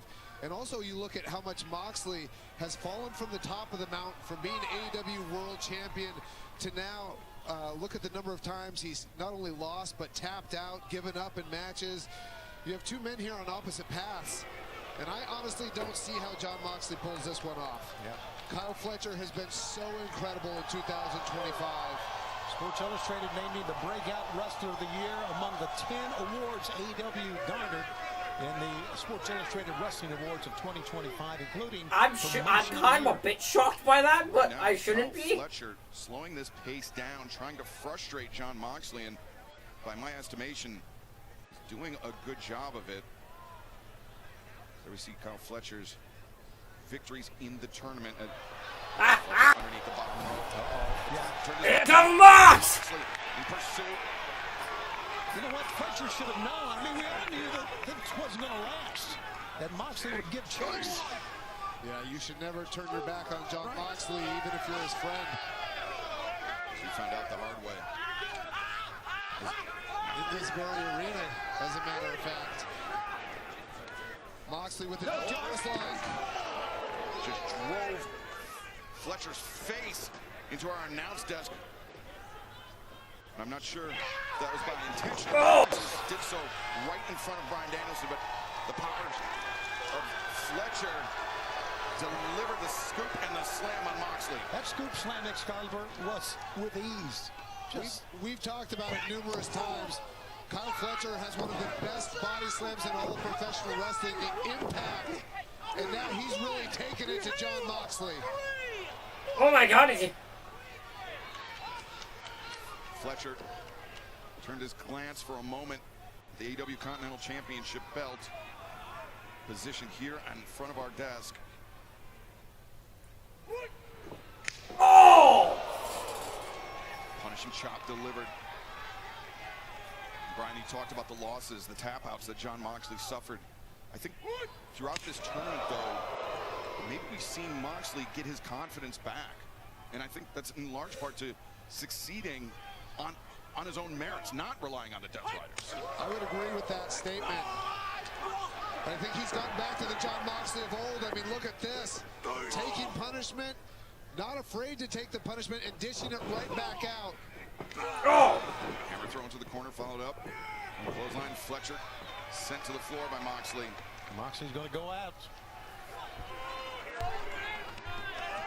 Bound to find the outside. Moxley in pursuit of Fletcher. Very dangerous position for Kyle Fletcher. The elbow Moxley sending Fletcher into the barricade now.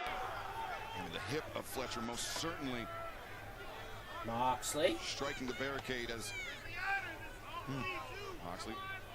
Yeah, boom to the face. Fletcher, and then Fletcher once again falling into the barricade. Moxley just rolled underneath the bottom rope to break the referee's count. It is still a 10 count on the floor. Moxley, he could advance to the finals via a count out. But you know Mox, he doesn't want to win by a count out. He never has. He wants to be decisive. He wants to destroy his opponent. Fletcher, elbow strike on the outside. I mean, these two guys are two of the hardest hitters in all of AEW. These elbow strikes back and forth. Oh, God. So much impact. Oh, right to the eye. Fletcher, I don't think I want to stay on the floor. I want to get John Moxley in the ring. We're trying to maneuver those steps. I think a lot of times. Oh, he got caught. Moxley. Oh, that's going to change things. Trapped in between the steps. And remember that injury that Moxley picked up that was exacerbated throughout the tournament. Now Fletcher could end not just the night, but end the tournament for John Moxley. Fletcher goes. Oh! Kick Moxley, the leg sandwiched in between the steps and the ring post. Yeah, Bryce Rensburg doing all he can to get him back in the ring, but he's not finished. Kyle Fletcher was taking his time early in the match. I think now is the time to press his advantage. Well, let's recall a Christmas Collision that he was against the clock in his final match with Jack Perry. He had to rush to get it done in that 20-minute time limit. About 19 and a half minutes, it got the win, but tonight there is no time limit. Kyle Fletcher pulling off that victory just under the wire. Yes, sir. And now attacking the ankle of John Moxley. We saw how heavily that ankle of Moxley, Brian, how heavily it was damaged by Kyle O'Reilly in their battle. That O'Reilly ended up winning, forcing John Moxley to tap out, but you would have to think, to that point, Excalibur, you would have to think that Kyle Fletcher's been training with Josh Alexander, another master of the ankle lock. That's a great call.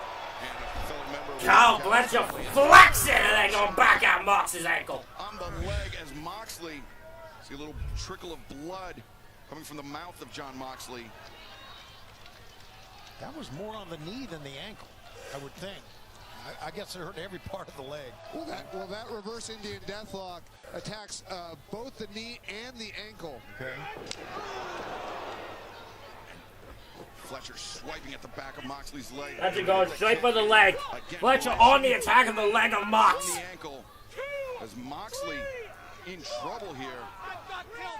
One thing if I'm Kyle Fletcher that I'd be wary of is turning your back on John Moxley. John Moxley can I'm disappointed Brian didn't hear the I got till 5 line. From any position, so Kyle Fletcher just has to be careful. Fletcher covers the leg, hooks the leg, but just a 2 count for Moxley. Moxley was holding that leg, you notice that, and left the face open, and Kyle connected.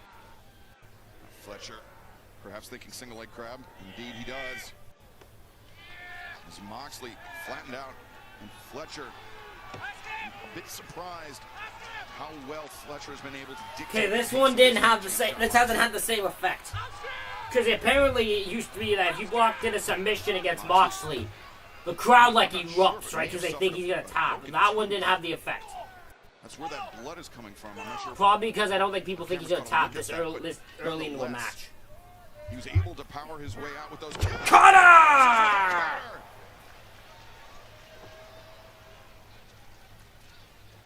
John Moxley found that cutter just when he needed it most, and Fletcher doing a good job of trying to create some distance between himself and Moxley, but Moxley trying to hobbling, and the tope, but his leg got caught up on the ropes, and you saw John Moxley immediately clutching that left knee. I think that dive hurt John Moxley just as much as it hurt Kyle Fletcher. Yeah, it was a mistake. I don't think there's any question. I think we all agree on that. But Moxley didn't give a damn. He's back to his feet. What a fighter. You'll fight till the end, does Mox. That's the kind of wrestler that John Moxley was when people fell in love with him. The guy who would push through pain, the guy who would do anything it takes to win. But look at Yo, Mitchell, no coup driver! 1, 2, no!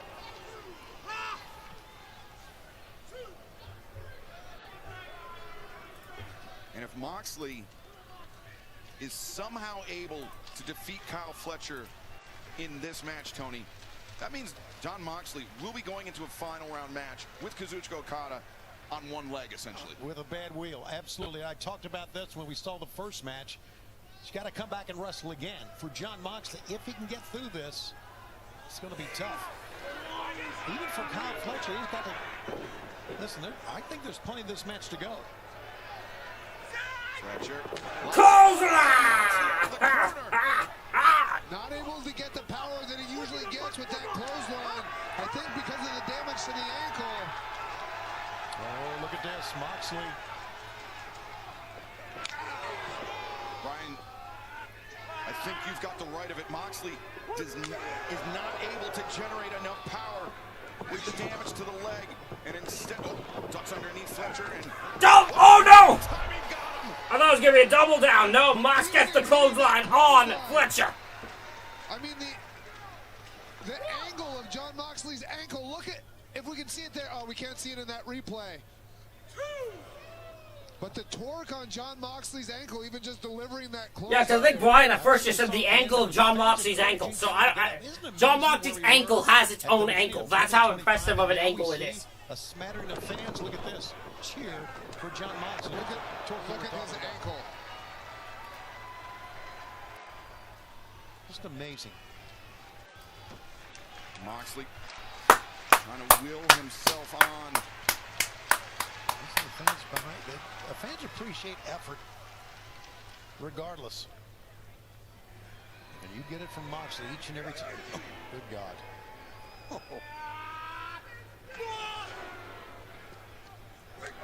I don't think Kyle's going to win this striking contest, even Moxley with a bad wheel. Just my thought here. I kind of disagree with you, Tony. I mean, there was a time when betting against John Moxley in AEW would be a fool's game. But Kyle Fletcher just so hard. He did that time. You are right, Brian. Drop kick! Blows out. Drop kick out of the corner. Bad leg be damned, Moxley. I think Moxley, the urgency perhaps setting in as he's got Fletcher lined up in the corner and hammering down with those right hands. Right to the temple.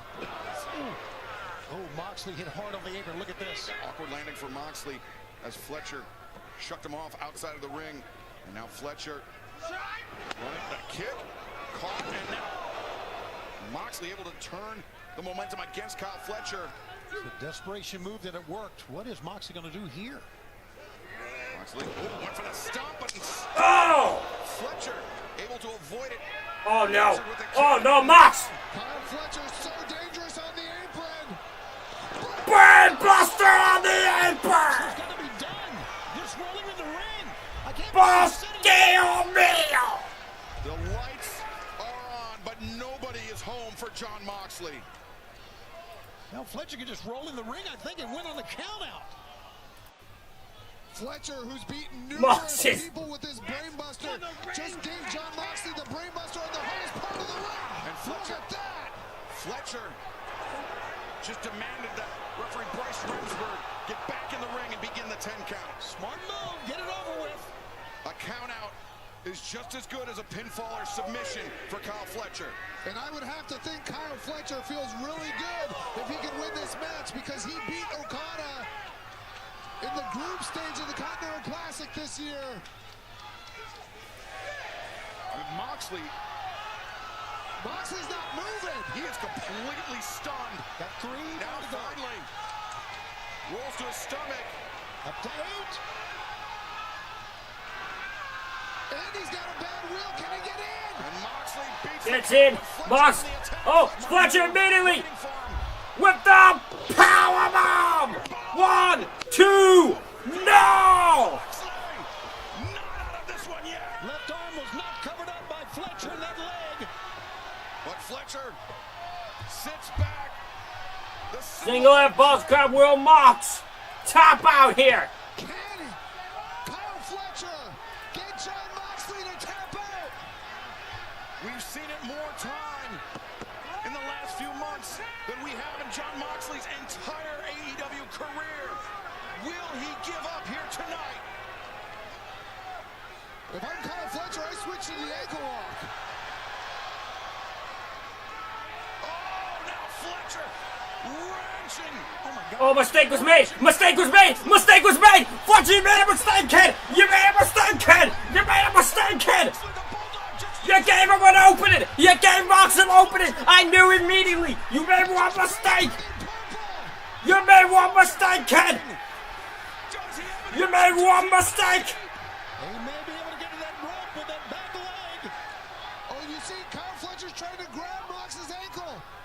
And Mox had to let go. Oh, there you go. There's the counter. And there it is. Ankle lock. Ankle lock. Grapevine. Oh, but Fletcher doesn't have it all right. He is wrenching on it, though. There he goes. There he has the proper grip. But John Moxley. Oh, Moxley, can he make it to the rope? Can he make the escape? Oh, will Fletcher tear apart the leg of Moxley? Fletcher wrenching at Moxley, swiping desperately, madly, trying to maneuver to the ropes, but Fletcher... He got the ropes. Mox got the ropes. Moxley. Holy hell. You can see John Moxley didn't want to give Kyle Fletcher the satisfaction of making him get to the ropes, but he felt like he absolutely had to. He did, Brian.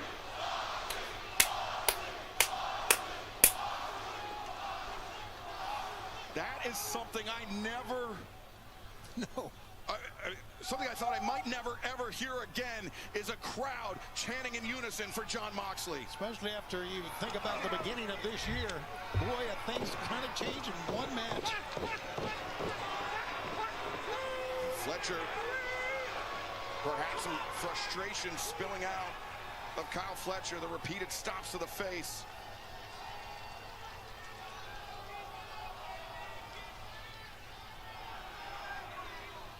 Moxley breathing heavy. Looking for the brain. Oh. Fletcher, though, with the advantage, deposits Moxley on the top turnbuckle. And we've seen Kyle Fletcher deliver that brain buster onto the top turnbuckle from the top rope. But with Mox able to get free. Moxley. Oh, he's biting him. Biting Fletcher. Perhaps the last gas from John Moxley. He gets to his feet underneath Fletcher and just sends Fletcher awkward landing on the top turnbuckle. John needed a second to regather himself that time, and he did. Oh, you know what's coming up here, don't you? Moxley underneath the chin of Kyle Fletcher, but it's in the ropes. The submission would not count in that position, but maybe he was trying to dim the lights just a little bit. That's what he was trying to do. Gosh, Oh, God. Bye, Fletcher. Oh, my God. The avalanche cutthroat suplex. Kyle Fletcher came down square on the top of his head. Square on the top of his head. And you can see Bryce Remsburg, the referee, checking on Kyle Fletcher. I'm not sure we need... I wonder if we need more than Bryce Remsburg. We might need a doctor. Oh, here it is again, Look at Brian. this. Oh, my God. If he can... Here it is again for another angle. Oh, that's the angle we watch. Oh, my fucking God. It's amazing that Someone check on Kyle Fletcher. I think he might actually be dead. Fletcher up to his... No, this is the... He has no knowledge of where he is. I think Moxley might... There we go. Yeah, put him away, boss. Staying against the stomp, also on his head. Gentlemen, we are about 19 minutes into this match. The semifinals, of course, there's no time limit. Was it be a regular league match, we would be right at the time limit. But on it goes with these two warriors. I mean, on it goes. Look at this. Jon Moxley, bad leg and all. Now looking for the cover. The leg of Fletcher's hooked, but no. Whoa! Whoa! Max bomb! Super kick! Somehow, to his feet, Moxley. Half and half! Fletcher counters a half and half. Knee strike! To the jaw, the hands were down, but Moxley out at one. Oh my God, this is incredible! The crowd is on their feet! How much does it mean to these two men to get to the Continental Classic Finals? Oh, gets the kick! He gets the kick! And the brain buster! Brain buster! 1, 2, 3. No! Moxley denies Fletcher yet again. How many people in 2025 Mox is still in this! How is he still in this? Have we seen a better start to a pay-per-view than what we witnessed tonight? How's he still in this? These two matches. I'm just trying. How? Now, the question becomes, does Kyle Fletcher have the composure? Or is his confidence shook? Because perhaps his greatest weapon, as you observed, Brian, was not enough to put away Jon Moxley. But Kyle Fletcher has more iterations of the brainbuster that he can use. And we've seen him do it from the top rope. We saw him do it earlier on the apron. We've seen him do it. Bad mistake, Fletcher. Table to the floor, putting out Kenny Omega. Injured Heyman. Jon Moxley will not give up. He says, Defiant as ever, but he goes down hard on that one, Brian. Kyle Fletcher didn't even need momentum for that clothesline. No. That's how adamant Jon Moxley is right now. Again, I think it's amazing Kyle Fletcher's standing. Wait a second. Fletcher. Oh, that's the same turnbuckle corner that Okada went to. Oh, he's... Is he... Fletcher's looking for the screwdrivers. And Kyle Fletcher looks confused. I think Okada took it with him. He was there for the screwdriver. It came back to bite him in the backside. Moxley drags Fletcher towards center, but Fletcher counters 2. Oh! Moxley forced to abandon ship, and Fletcher. Death Rider! Ship from Moxley. Cover him. Oh, Panam ship. No! Kyle Fletcher. His turn to escape. What is it going to take for one of these men to win this match? Takes a death. I don't say it takes a damn Death Rider. 1, 2, 3. No! No! Is out for Moxley. There it is. The sleeper is in. The hooks are in. And now Kyle Fletcher in deep, deep water. Look at his face. Look at the face of Fletcher. He's going to stay with it or not. Deep trouble. What Kyle Fletcher has to his advantage is his length. If he can maneuver his body and get to the rope, he's got a way out. But he's got Moxley on his back. And look at his face turning purple. Fletcher up to his feet. The power to carry Moxley up. And now the It's over. Dropping. It's over. Fletcher. Oh my God, look at how tightly that's cinched in. But Fletcher. It's His it. hands drop and He might be out. Fletcher, look at his face is completely purple. It's over. Jon Moxley is in the finals. Here's your winner, advancing to the finals. Okada unknowingly screwed over Fletcher. A gutsy performance by both men. Battling through pain, battling through injury.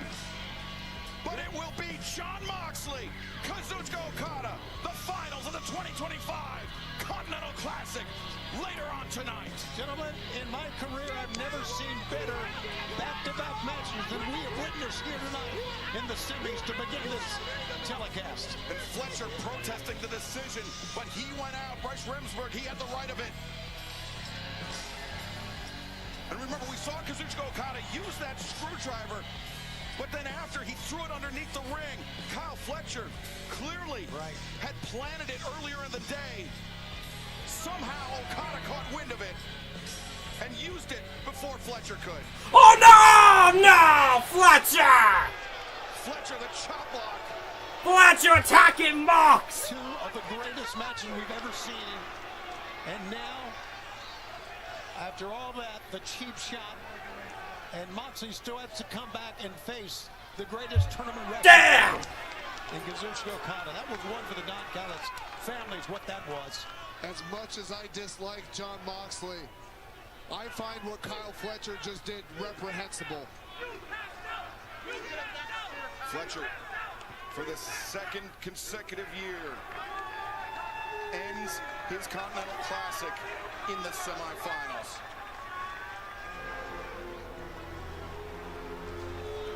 We watched one of the gutsiest performances we've ever seen. Look at him fire himself up. One more to go, he's saying.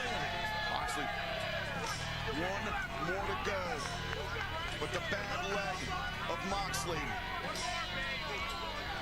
will carry him into the final round match with the greatest tournament wrestler of all time, Kazuchika Okada. 5 career major tournament victories. Will tonight be number 6 as Moxley over the barricade, but what a way to start this pay-per-view. What a match this was. Gentlemen, I'm going to remember these two matches the rest of my career. Oh boy, Mox, you're in for a tough night though in the finals. Couple of hours to prepare for Kazuchika Okada. You're in for a tough night. Okay, this is a predictable matchup. This is an 100% FTR retains. It's gonna be fun, but this is an 100% FTR retains. FTR, the absolute best tag team of all time. The Bang Bang Gang beat FTR. I promise you, it's gonna happen again. I don't want you to ever touch my belt again. FTR, you're the best tag team in the world, but you weren't the best tag team in Manchester, England. 1, 2, 3. Foot on the ropes as he hit the count. Your shoulders were on the mat. I don't care if your foot was on the rope. I say let's get rid of the ropes. Let's get rid of the rules. The thing about Chicago is sometimes we gotta get down and dirty and violent in the streets to settle the score. Chicago street fight. A Chicago street fight at World's End. Bang Bang Gang. Whatever FTR does to you on Saturday, the great tag team alive today, they will not be held liable. The Christmas season, and it's better to give than receive. And we will give you an ass kicking. And if you're not down with that, we got 2 words for you. And new.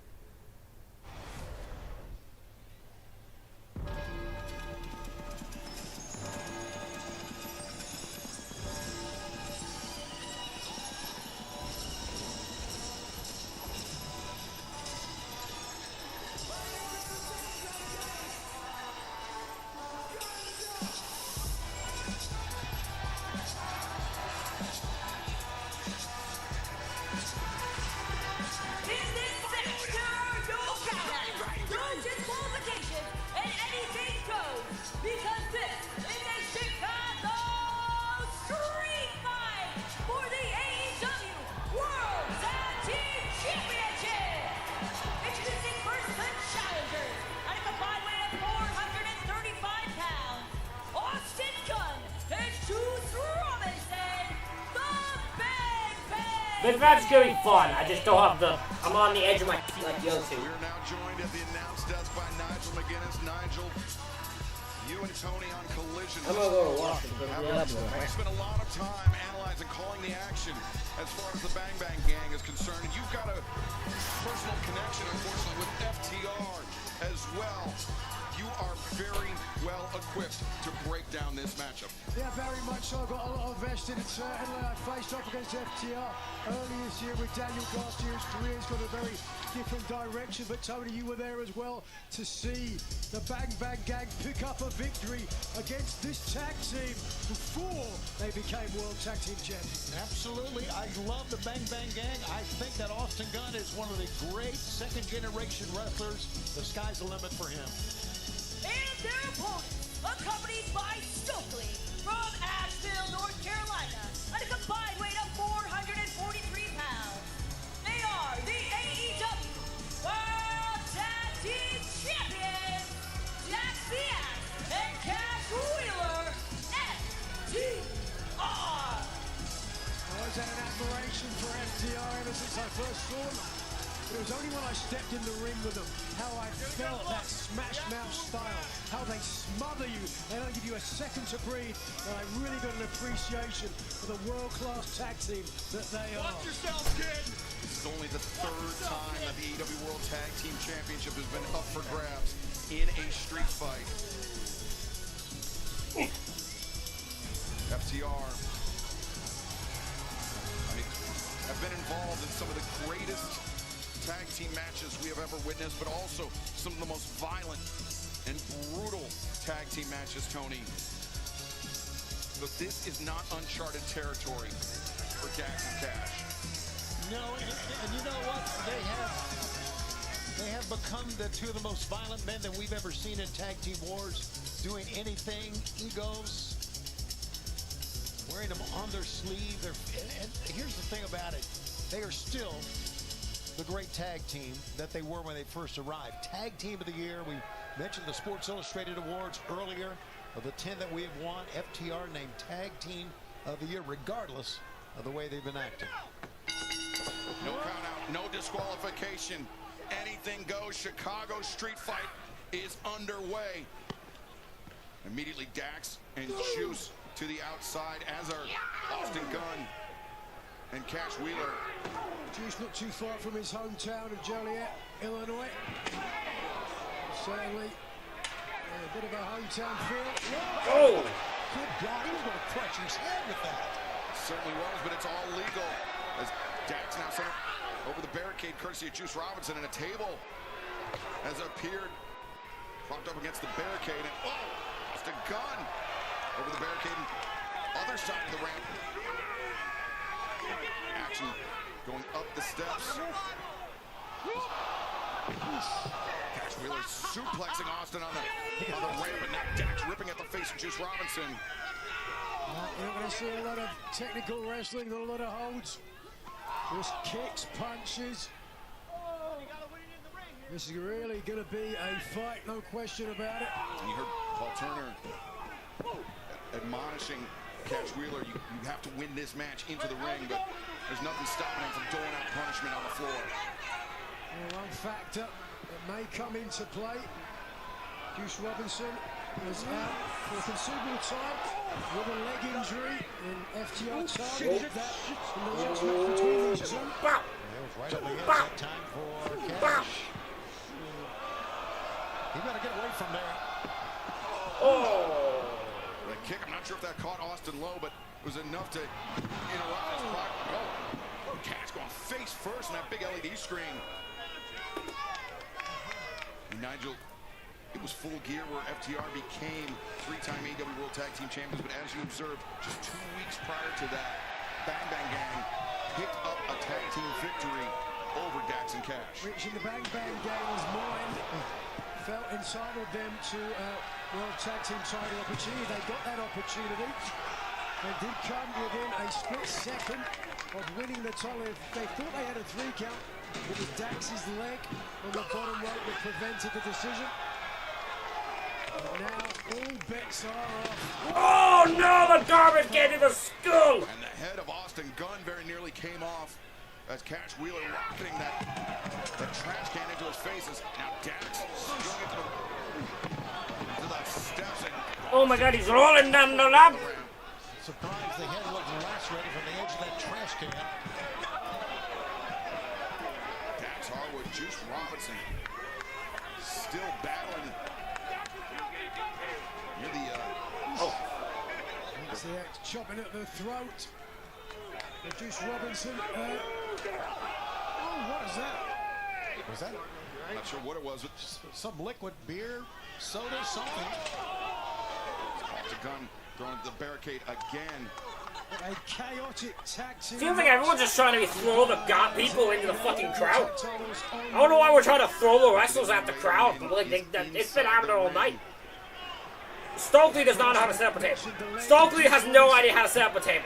Stokely doesn't know. Damage to the ankle of John Moxley. We just saw what an incredible match that was. I don't think Stokely knows how to set up a table. Oh, he does. He did. He finally did it right. Juice Robinson, that leg injury that he suffered. Wait a second. Oh, God. Oh, my God. Juice swoops up the leg of Dax, and now Juice Robinson catapults Dax into the turnbuckles, clipping the ring post as well. Yeah, Dax turned his head away, but the shoulder hit the ring. Yeah! A primal scream from Juice Robinson, who's got Juice off of the table. Wait a second. It's like Juice Robinson didn't realize that Cash was on his feet, and just like a Cash. What is Wheeler thinking here? Way up there. Precarious. Oh, God, this is gonna hurt. This is gonna hurt. This is gonna hurt. This is gonna hurt. Oh! Both men crashing down, but Juice Robinson going down that much harder. Yeah, Cash using his legs to not only send him down, but up and down, getting more elevation that time, and it worked. The veteran experience of Robinson there after the impact, continuing to run to the outside. Right. Wanting some safety, you can't be pinned or submitted on the outside. That ankle injury that Juice Robinson suffered occurred a little more than a year ago. No. I have no idea what the crowd was chanting there. The White Sox, Cash Wheeler said. Yeah, mocking the White Sox for the tough years they've had. Austin got his bell rung. The kendo stick, and now Cash Wheeler driving the trash can into the face of Gunn. Now the first pin after the match. 2, no. Cash and Dax. The name sounding eerily familiar to Axe and Smash. That move, very reminiscent thereof. God, just get a better trash can. How about that? Just get a better trash. Get another trash can, guys. The Bang Bang Gang came out here all aplomb, ready to take the street fight to the Oh no, dude. I just realized I'm still muted. To your point, Excalibur have got the better of their opponents, perhaps. I realize I'm still muted. I don't know how long I've probably been muted this entire match so far. FTR now with Austin Gunn. Look for that stuffed pile driver, but it's Juice Robinson's turn to get to his feet, and he shoved Cash into his own partner as Austin Gunn top just threw his body at Cash Wheeler. What an effort by Austin Gunn. He's been beaten up. And Juice Robinson, the frog splash. 1, 2. It was a long way for a frog splash, gentlemen. And Juice committed to it. I guarantee you, the leg of Robinson's not 100%. Juice! You know, that injury, he said it was just over a year ago that he suffered that leg injury. He was actually in the Continental Classic. In his first match, took him out of the running. Juice! He is back. Juice! He is Juice! on the verge of capturing the AEW World Title. Oh, right to the eye. Outside Austin Gunn. Clothesline! Juice fired up now. Got Dax, the axe on the back foot. Spinebuster, the stack, 2. Man, that was a heck of an effort for Dax to get out of that because Juice had his hands on both shoulders. And then him, as you said, stacked up. Oh! Cash Wheeler slipping free of the grip of Austin Gunn and then sending Austin hard into the steel steps. Cash Wheeler asked. Big stake to get something for him. Stokes got the kendo stick and now. He's nunchucking too. As long as they had a gun, Wheeler can't have a gun. He's not allowed. Bye, back outside you go. By the looks of things. Oh, there's the bell. Bell went off the skull. And it was the belt behind the referee's back that ended the night for the Bang Bang Gang in Manchester. But now in the Chicago street fight, it is anything goes, and it could be the end of the Bang Bang Gang once again. Yeah, let's see if Juice can get up from that. I don't know. Uh-oh. Watch out, Austin Gunn. Cash lining up Austin Gunn. But, Austin blocked it with the lid of that trash can. Oh! And punctuated the head of Cash Wheeler with the lid. Put that armor on. What is he going to do with this? I'm thinking he's going to, yep. Oh! The trash can lid on the back into Cash Wheeler. Well, this isn't going to go well, this last one. Done yet. Yeah, I can tell that was going to go. Oh, no, not Carlos Sabella! Oh, no, Carlos! Wiped out by Austin Gunn. No, it's not Carlos, it's Hugo Savinovich. I think that's who it was. Gunn misjudged, and Cash Wheeler. We can't be doing this to Hugo. Juice is bleeding from that shot from the belt. Oh my God, he is bleeding. He is bleeding buckets.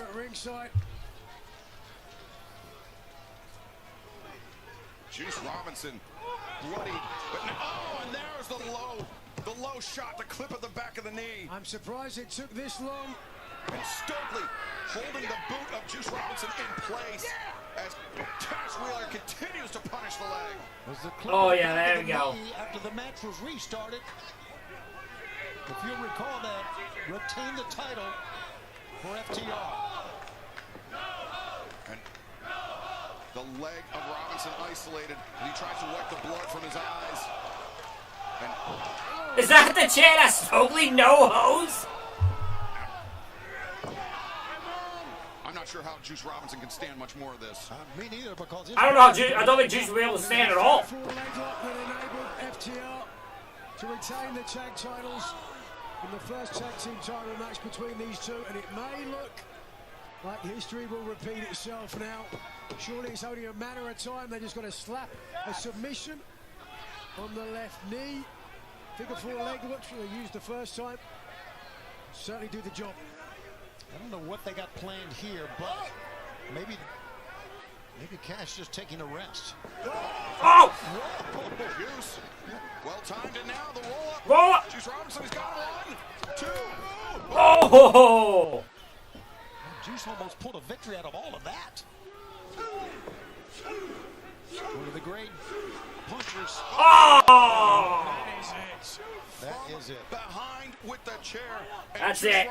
That's it. We're done. Juice Robinson, mate. We're going home. Thinking about his career now. Yeah. This continues much longer. Oh! Leaping stomp onto the knee. I'm sorry, brother. Planted right on the inside of the knee. And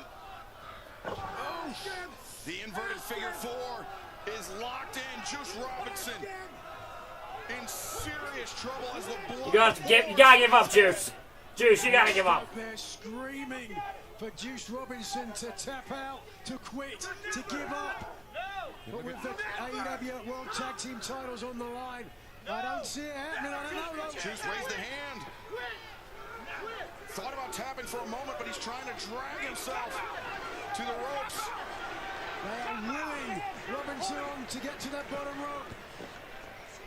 And but Cash dragging Dax and Juice away from the ropes. But gentlemen, even if he reaches the rope, is it going to matter? It's a street fight, right? And look at Juice, the hand was raised. He was on the verge of tapping once again, but Austin Gunn. Wait a second. The fire extinguisher. Oh! Cash Wheeler on the move. Oh my God!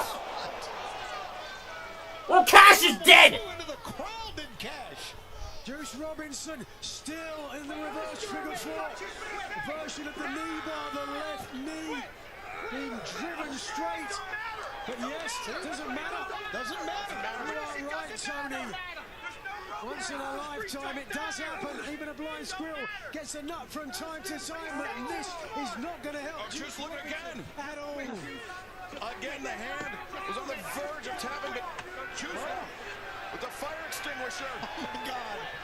The fire extinguisher introduced by Austin Gunn. What a night! What a freaking night we're witnessing! How the hell are you still moving, Juice? This is chaotic as one expected. Oh my God. Trying to put out the fire in the heart. Oh man, the tag team champions. How about that left hook? Juice is loose. And now Matty Ice, thank you for the follow. Thank you for the follow. I mean, thank you for joining Discord. Stokely just attacked the referee. Stokely just attacked the referee. Big Stoke poised again. Come on, Stoke. Stokely with no hose. Look at him. He's a little weasel. Stoke. Well, Juice. Stokely makes a very hasty retreat. Of course, he's a coward. That's all he is. But he's just screamed, I'm not in this. Jeez. Boom! Hell, hit him again. Getting a little bit of payback for all the damage that FTR have done to the left knee of Robinson. Still barely able to stand. Juice hobbling, but still very much alive in this match. FTR getting worn out with that chair, both men. And after Austin Gunn was driven through the table, Juice Robinson might be fighting this one alone and on one leg. Hell of a fight they're showing Juice here. There's your fighter from Jolie. Look at that. Looking right into the living room. Robinson wearing the red badge of courage. Wait a second. Oh, again, Big Stroke getting involved. Stokely trying to disarm Juice Robinson, but Juice.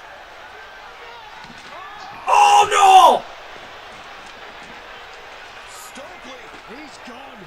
Went over. Low blow. Low blow and now. That's it.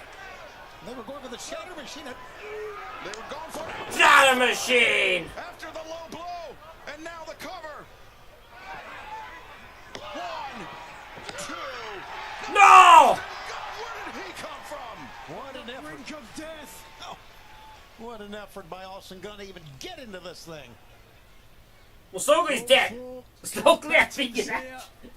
I don't think Stokely was meant to miss the tape. Make sure they hit it perfectly, and did they ever? Yes, they did. Both knees driven into the chest of Robinson, who, were it not for his last attempt, ditch effort for his tag team partner, would have lost this match.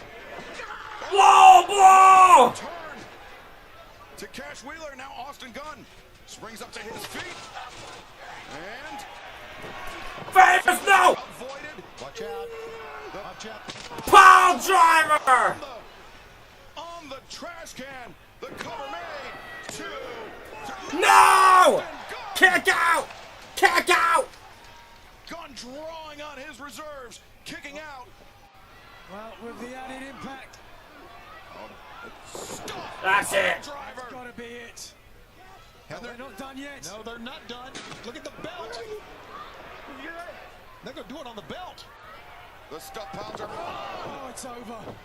On the belt. Austin Gunn's legs are quivering. He is out. And Austin Gunn busted open. 2, 3. That's it. Holy shit. Here are your winners, and still the AEW World FTR, like I predicted, retained the tag team titles. Though that was a bad thing to guess. Yeah, that was a safe option. Stokely's dead. Big Stoke there, colliding with the table in our announce desk. I don't think we're going to see him in AEW until 2026. Somebody scrape him off the floor in front of us. We got more matches to go, but man, I know another win for FTR Caliber, but you got to give the Bang Bang Gang a lot of credit. They hung in there. A tremendous effort by Austin Gunn and Juice Robinson, but FTR proving yet again why they are the greatest tag team potentially of their generation, maybe all time. It took 3 pile drivers to take out Austin Gunn. It's only nothing to be ashamed of, but it is going to take a hell of a team to take the titles from FTR. Yes, you'll be Edge and Christian. Oh, sorry, Colt and Christian. FTR, the 18th overall AEW World Tag Team Champions, tying the Young Bucks record with 3 reigns as champions. And Fearless, one of one of the greatest tag teams of all time. The reign of FTR continues into the new year, courtesy of their victory tonight in this Chicago street fight over the Bang Bang Gang.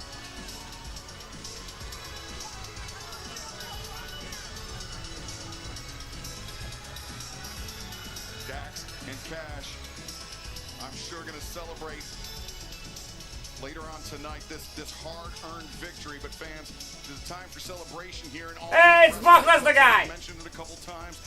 Sports Illustrated recognizing AEW with multiple accomplishments, multiple achievements in professional wrestling for the year of 2025. Let's take a look at what Sports Illustrated had to say about All Elite Wrestling.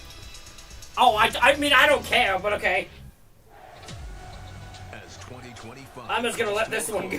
I'm just gonna say it for this. Sports Illustrated awarded their annual wrestling awards with This should not. I don't think this should be some. crowned with 10 accolades, solidifying that AEW is where the best wrestle. Taking home both female and male wrestler of the year honors, the CEO Mercedes Moné and Hangman Adam Page. With FTR confirmed top guys in the tag team ranks, the Protostar Kyle Fletcher, breakout star of the year. Say my full name. And the aerial assassin, Will Ospreay, named best in the ring. It was AEW events and stars that captivated the professional wrestling world this year. Double or Nothing, Show of the Year, a timeless honor for Tony Storm holding the mic. Did you expect somebody else? The epic battle of Hangman and Jon Moxley, Rivalry of the Year. And on the back of these recognitions, All Elite Wrestling has been awarded Promotion of the Year. With a year this extraordinary, there is no telling what 2026 will bring.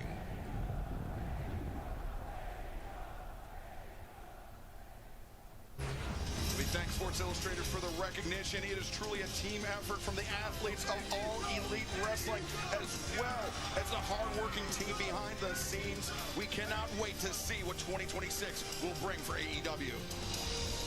But coming up next, the Babes of Wrath. Harley Cameron and Willow Nightingale put their AEW Women's World Tag Team Championship titles on the line against the Ring of Honor Women's World Champion Athena and the Sports Illustrated Female Wrestler of the Year, Mercedes Moné.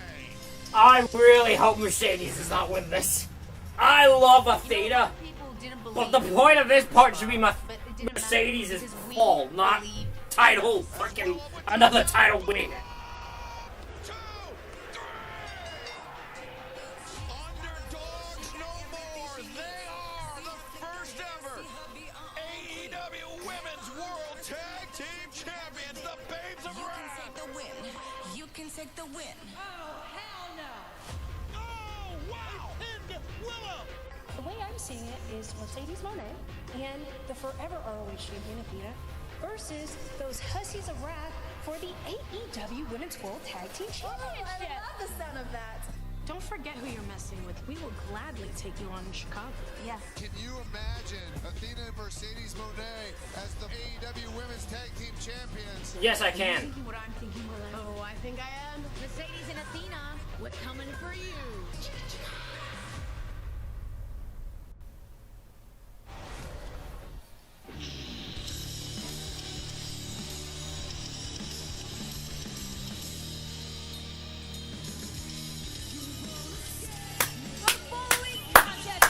There she is! The AEW Women's World Tag Team Champions!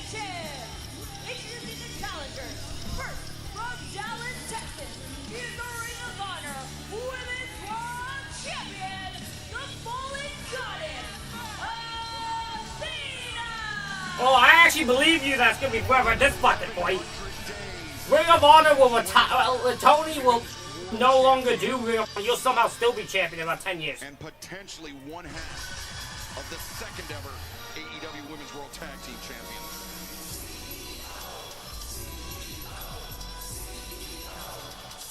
Ridiculous. This amount of belts this whole woman has. And her tag team partner from Boston, Massachusetts. She is the TBS champion, the CEO, Mercedes Moné. Mercedes should have the ring announcer introduce every belt. She is the TBS and this and this and this and this. Just start naming all the belts. Because you will think it's annoying, but also that's the point. It's insufferable. Now, of course, we saw what happened in Manchester, losing the Rev Pro Undisputed British Women's Championship. Alex Windsor takes the belt back, but that does not. I really think that she still has the confidence. And why shouldn't she? She has a plethora of belts as we saw. There is no doubt about it. 10 title belts from 9 countries. I love Athena being like, you don't have to do the dance all the time. Around her waist, but it's these titles that she wants. And their opponents, they are the reigning and defending AEW Women's Raw Tag Team Champions, Willow Nightingale and Harley Cameron.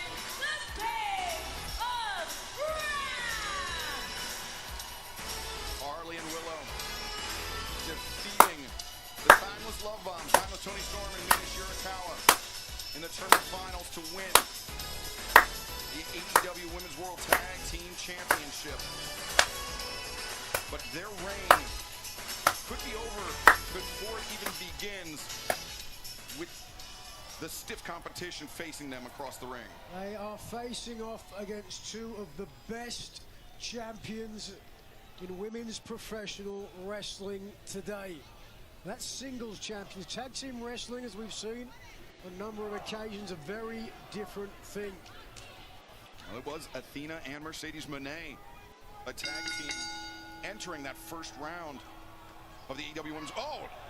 Mercedes going right after Harley Cameron. Willow now hammering Mercedes in the corner. I think that may have been a little payback for that puppet that Harley's has. Minnie Moné. Minnie Moné. Now Willow with Mercedes isolated and the catapult. And Harley the knee strike to the midsection. You know, Harley's a great story. When you think about that, how about that Russian leg sweep? The cover made here. And Harley. If you think about it, I mean, Willow is former TBS champion, former CMLL World Women's Champ, Owen Hart Foundation tournament winner 2 years ago. But Harley, only 3 years in AEW, she's a champion. Athena made the tag. Mercedes driven down, but Athena legal. And oh, whoa, look at that. Harley was waiting for her. Big elbow strike. Great awareness by Harley Cameron. Now, Enziguri's miss. But Athena and Mercedes on the move. And they didn't miss with that one. I was like, who's legal?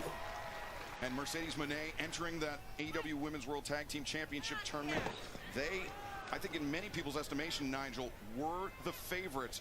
But it was the Babes of Wrath that picked up the upset victory in the opening round. Yeah, I was certainly one of my favorites, and it was a huge upset for the Babes of Wrath. But who would have thought they would have gone on the Babes of Wrath to win the Oh!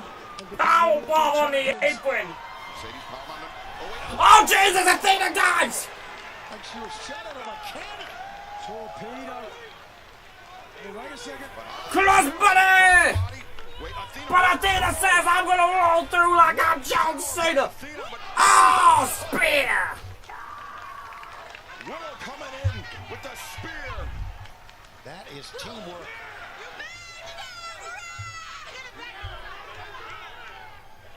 Take another look at that. Athena just blindsiding Willow with the tope. Back to live action inside the ring. 2. Athena able to kick out. Certainly, the Babes of Wrath winning the AEW World Tag Team Championships in the women's division. was the upset and, dare I say, the feel-good story of 2025.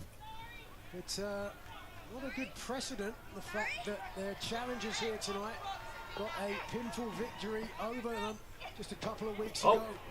Oh! Athena landing on her feet that time. Quite nimbly, but Harley Cameron once again was ready for Athena. Hammer throw. Harley puts on the break. Roundhouse kick. Caught Athena chipping in, but Mercedes drags down Harley Cameron. Veteran move. Go back to the corner. Drag down the opponent first. One blower. Backstabber. Great teamwork there. 1, 2. Pretty good escape by Harley because that was a great pinning combination. Well, we're going to see great cohesion, I think, between Monet and Athena.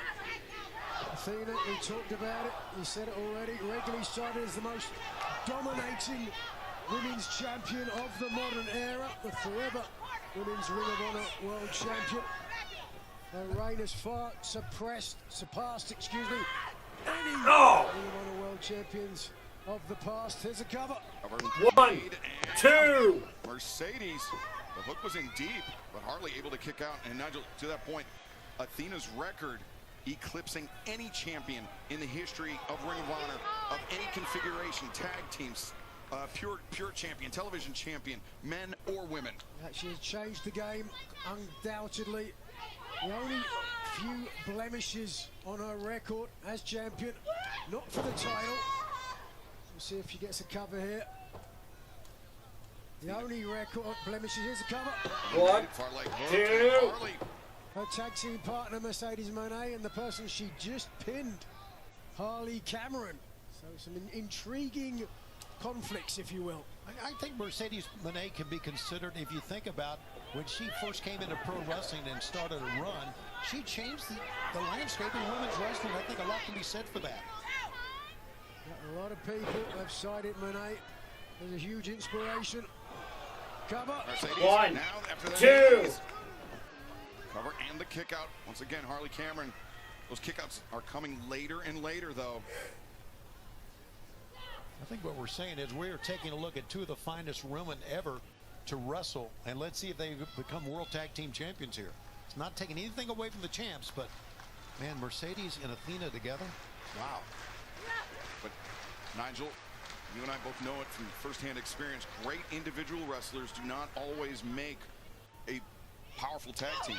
Yeah, sometimes the things that make you a great singles wrestler make you a bad tag team wrestler. That ego, that inability to put anybody else ahead of yourself.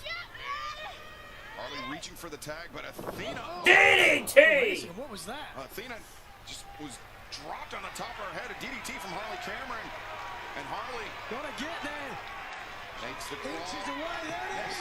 Come Willow! And now, Mercedes legal for her side, but sent down repeatedly by Willow.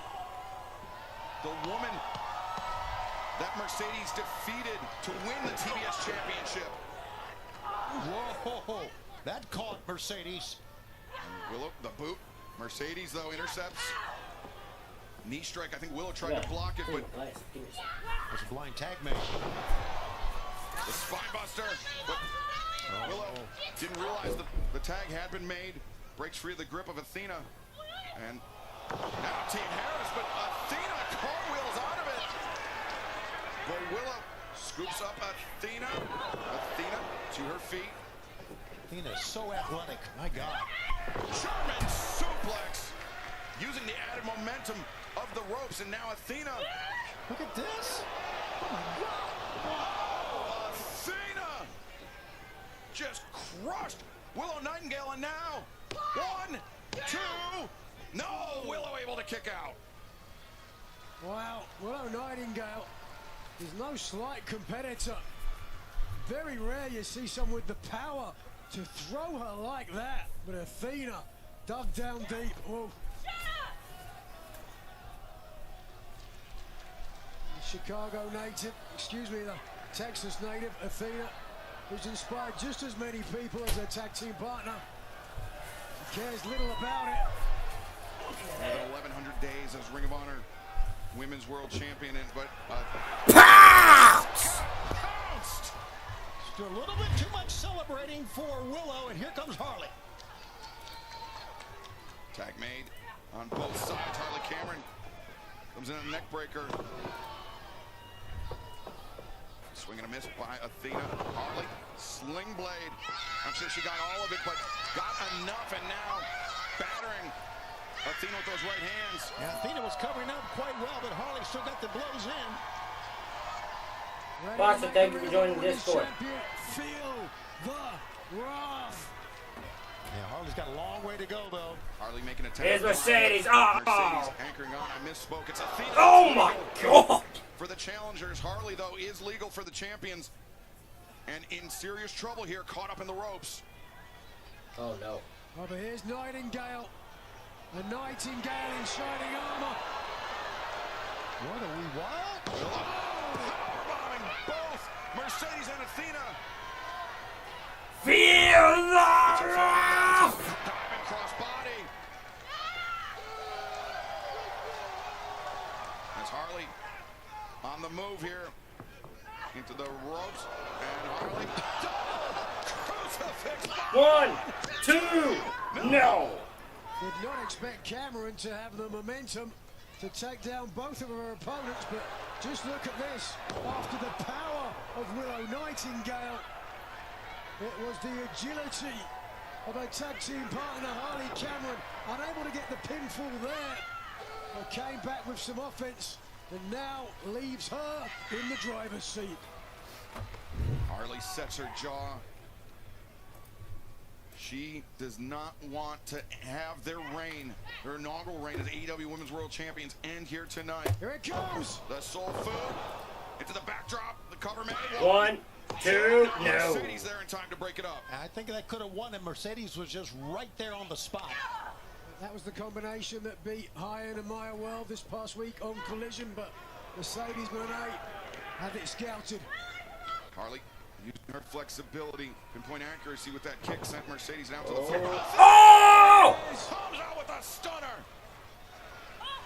A low angle O-face. Normally she hits it from the top rope. Now Backstabber! Into the statement maker, center of the ring. Statement maker! With Cameron taken out already. Willow Nightingale a long way from the bottom rope. Yep, she's trying to move forward, but she's right in the center of the ring. Maybe best to just roll to your left or right. Mercedes wrenching back on the neck of Willow Nightingale, but Willow making the desperate crawl to the bottom rope. Look at Nightingale like a wounded animal, desperately crawling, trying to get her hips beneath herself. But Mercedes, great job. Vaults off the bottom rope, but Willow. Willow! Death Valley Driver! That hit hard. 1, 2, no! Oh, no! Athena went to break up the pinning predicament, but instead collided with her own partner. Nightingale saw Athena. Oh, no! The last second once Athena had committed. And things are breaking down here for the challengers as Willow Nightingale. Oh, no! Both Athena and Mercedes Moné. A big smile on the face of Nightingale. Turned now to a Banshee shriek. Got him stacked up in the corner. Willow the splash in the corner. Sends Mercedes, or sends Athena into Mercedes once again. 2 for 1 there for Willow Nightingale.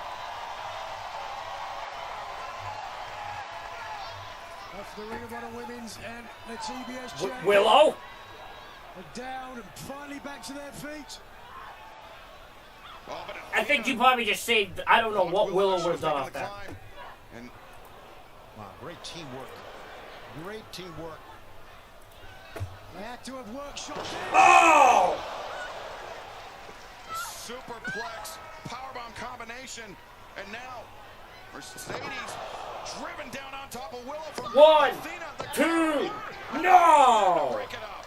Some very creative, innovative offense from Athena and Mercedes Moné. As I said, they've been working together, and it has paid dividends now late in the match. Back to live action. Harley Cameron, Willow Nightingale, the same idea. Both women looking for a crossbody there and colliding midair, crashing down. All 4 competitors, champions and challengers, almost spent. What a matchup. The highly affable Harley Cameron, whose ascension in 2025 has been a delight to see. Harley very quickly becoming a fan favorite here in All Elite Wrestling. What? Super kick to the gut, kick to the face. Here goes a note cop. Jesus! Fucking Christ! By Harley. And Harley on the move, but Mercedes, Moneymaker. Still hate that move. Harley down, but Willow up to her feet, put to the midsection for Willow. Nabe with the power. No. Couldn't complete the Dr. Bomb. Loses the grip. Willow. Instead, Willow, the roll up two. Oh!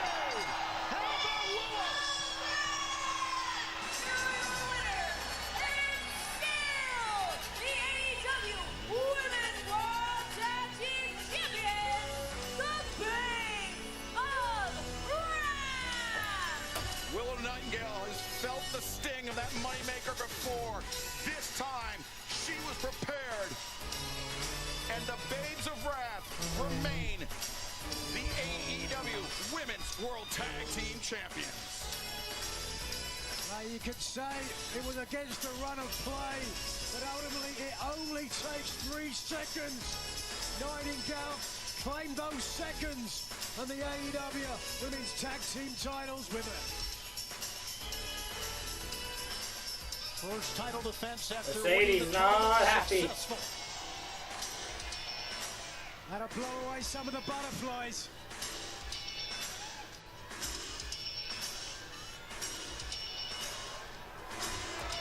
Athena and Mercedes Moné. Athena. Who's ticked is Athena. These are 2 champions that don't like losing.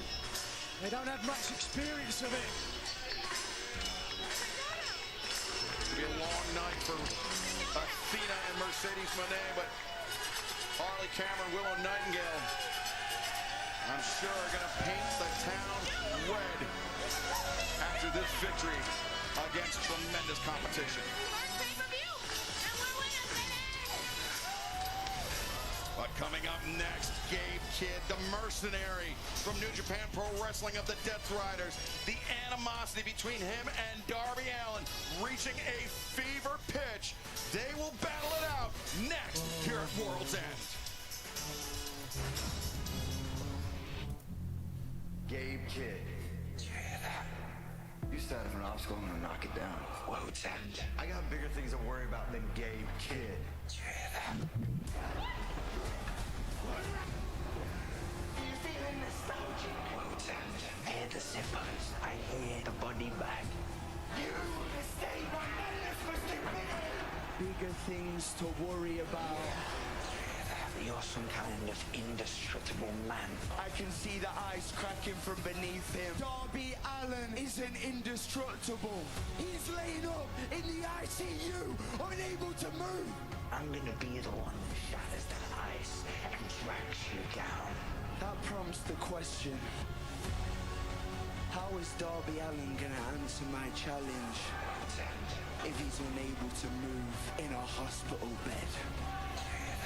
He's not in the ICU! It's your world's end. These 2 men are prepared for war.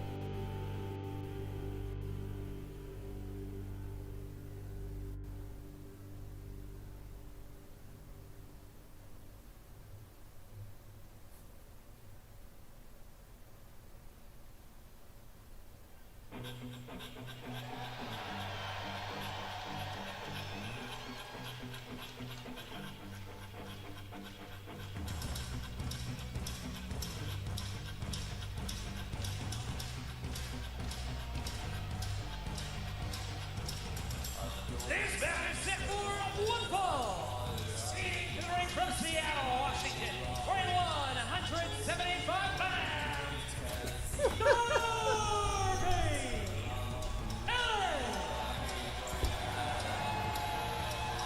Well, perhaps not technically a day one guy, Darby Allin.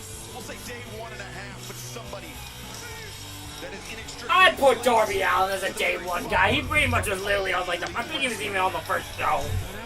Darby Allin's a day one guy.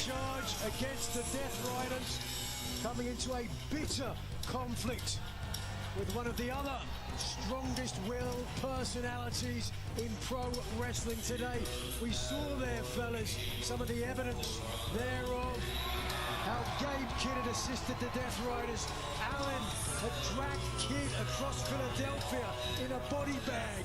Kidd had retaliated using a cattle prod to disable Darby Allin, allowing Pac to throw him through a flaming table.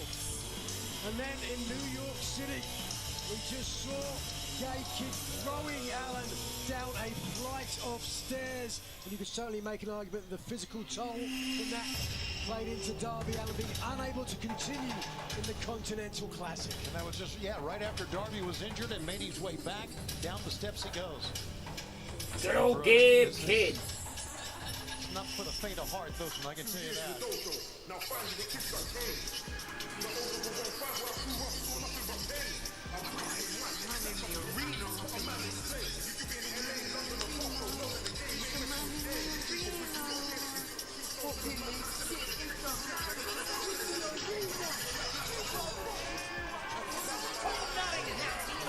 Weighing 236 pounds.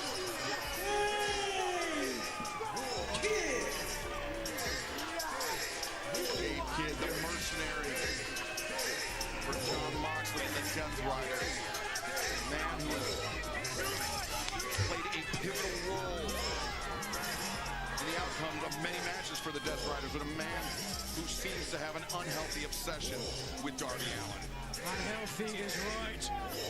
He was relentless, confrontational, feral. Gabe Kidd is a madman. He's unstoppable. He was going to make it or die trying. Stared at us, stared at the fans at ringside. Voices in his head. Oh! Yay! Just unleashes a drop kick right out of the gate, but Gabe Kidd, too strong. Not surprising the way this started. Darby Allin, I mean, we mentioned, cleared just days ago after the injury he suffered in the Continental Classic, and then Gabe Kidd threw Darby Allin down those steps. Darby, after he was thrown down the steps last year, it took him out of action for the better part of the early days of 2025. Yeah, this kind of all started, oh my God! All started at Forbidden Door at the O2, we'll recall. Both men at the top of the cage through double tables. Darby. Darby Allin, when he was shoved off that top rope, watch how Darby's head strikes the ring apron. Oh! Head, back of the neck. Darby Allin is a wrestler that has spent the majority of his career beaten up, dismantled physically, and then coming back. He ascended Mount Everest to plant the AEW flag. He took Eddie Kingston's spot in the Anakin Arena match weeks after getting run down by a New York City bus. This man's almost unstoppable, redoubtable. Oh, but everybody has a limit. Well, do they? Does Darby really have a limit? Me. As long as there's a breath in his body, I dare not. Darby Allin struggling to his feet. Darby can barely get this up. Match. Gabe Kidd! Oh! For Gabe Kidd charging into the barricade, and Darby made a swift escape. But this match, despite the escalating levels of violence between these two men, this is a traditional professional wrestling match. I have no knowledge of what the rivalry between these guys are, so I'm just kind of... From referee Rick Knox. I don't know anything traditional about this or not, but I get what you're saying. You know, remember the movie Unbreakable? I think Darby Allin is that. Look at this. He's Darby. I don't think Darby Allin fits the category of unbreakable. He took against the barricade. Ow, ow. The ring apron, but bouncing Gabe Kidd's head off the barricade. All the respect for Darby Allin in the world, Tony, but he's not a superhero. He's not immortal. Darby under the bottom rope to break the count, reset the count. Goes to the floor with Gabe Kidd. Oh my goodness! Kidd just threw Darby. Is everyone okay back there? I think everybody but Darby's okay. Darby over the timekeeper's table. Watch this. Just got the area cleared out ahead of time. I'm talking somebody else going to the hospital. Kidd. But watch out. Darby under the steel steps. And Darby face driven into that steel, courtesy of the catapult by Gabe Kidd. If he comes back from that, I think he is a superhero. I think DC should do a comic book about it. He's amazing. It's Darby and Gabe Kidd loving this right now.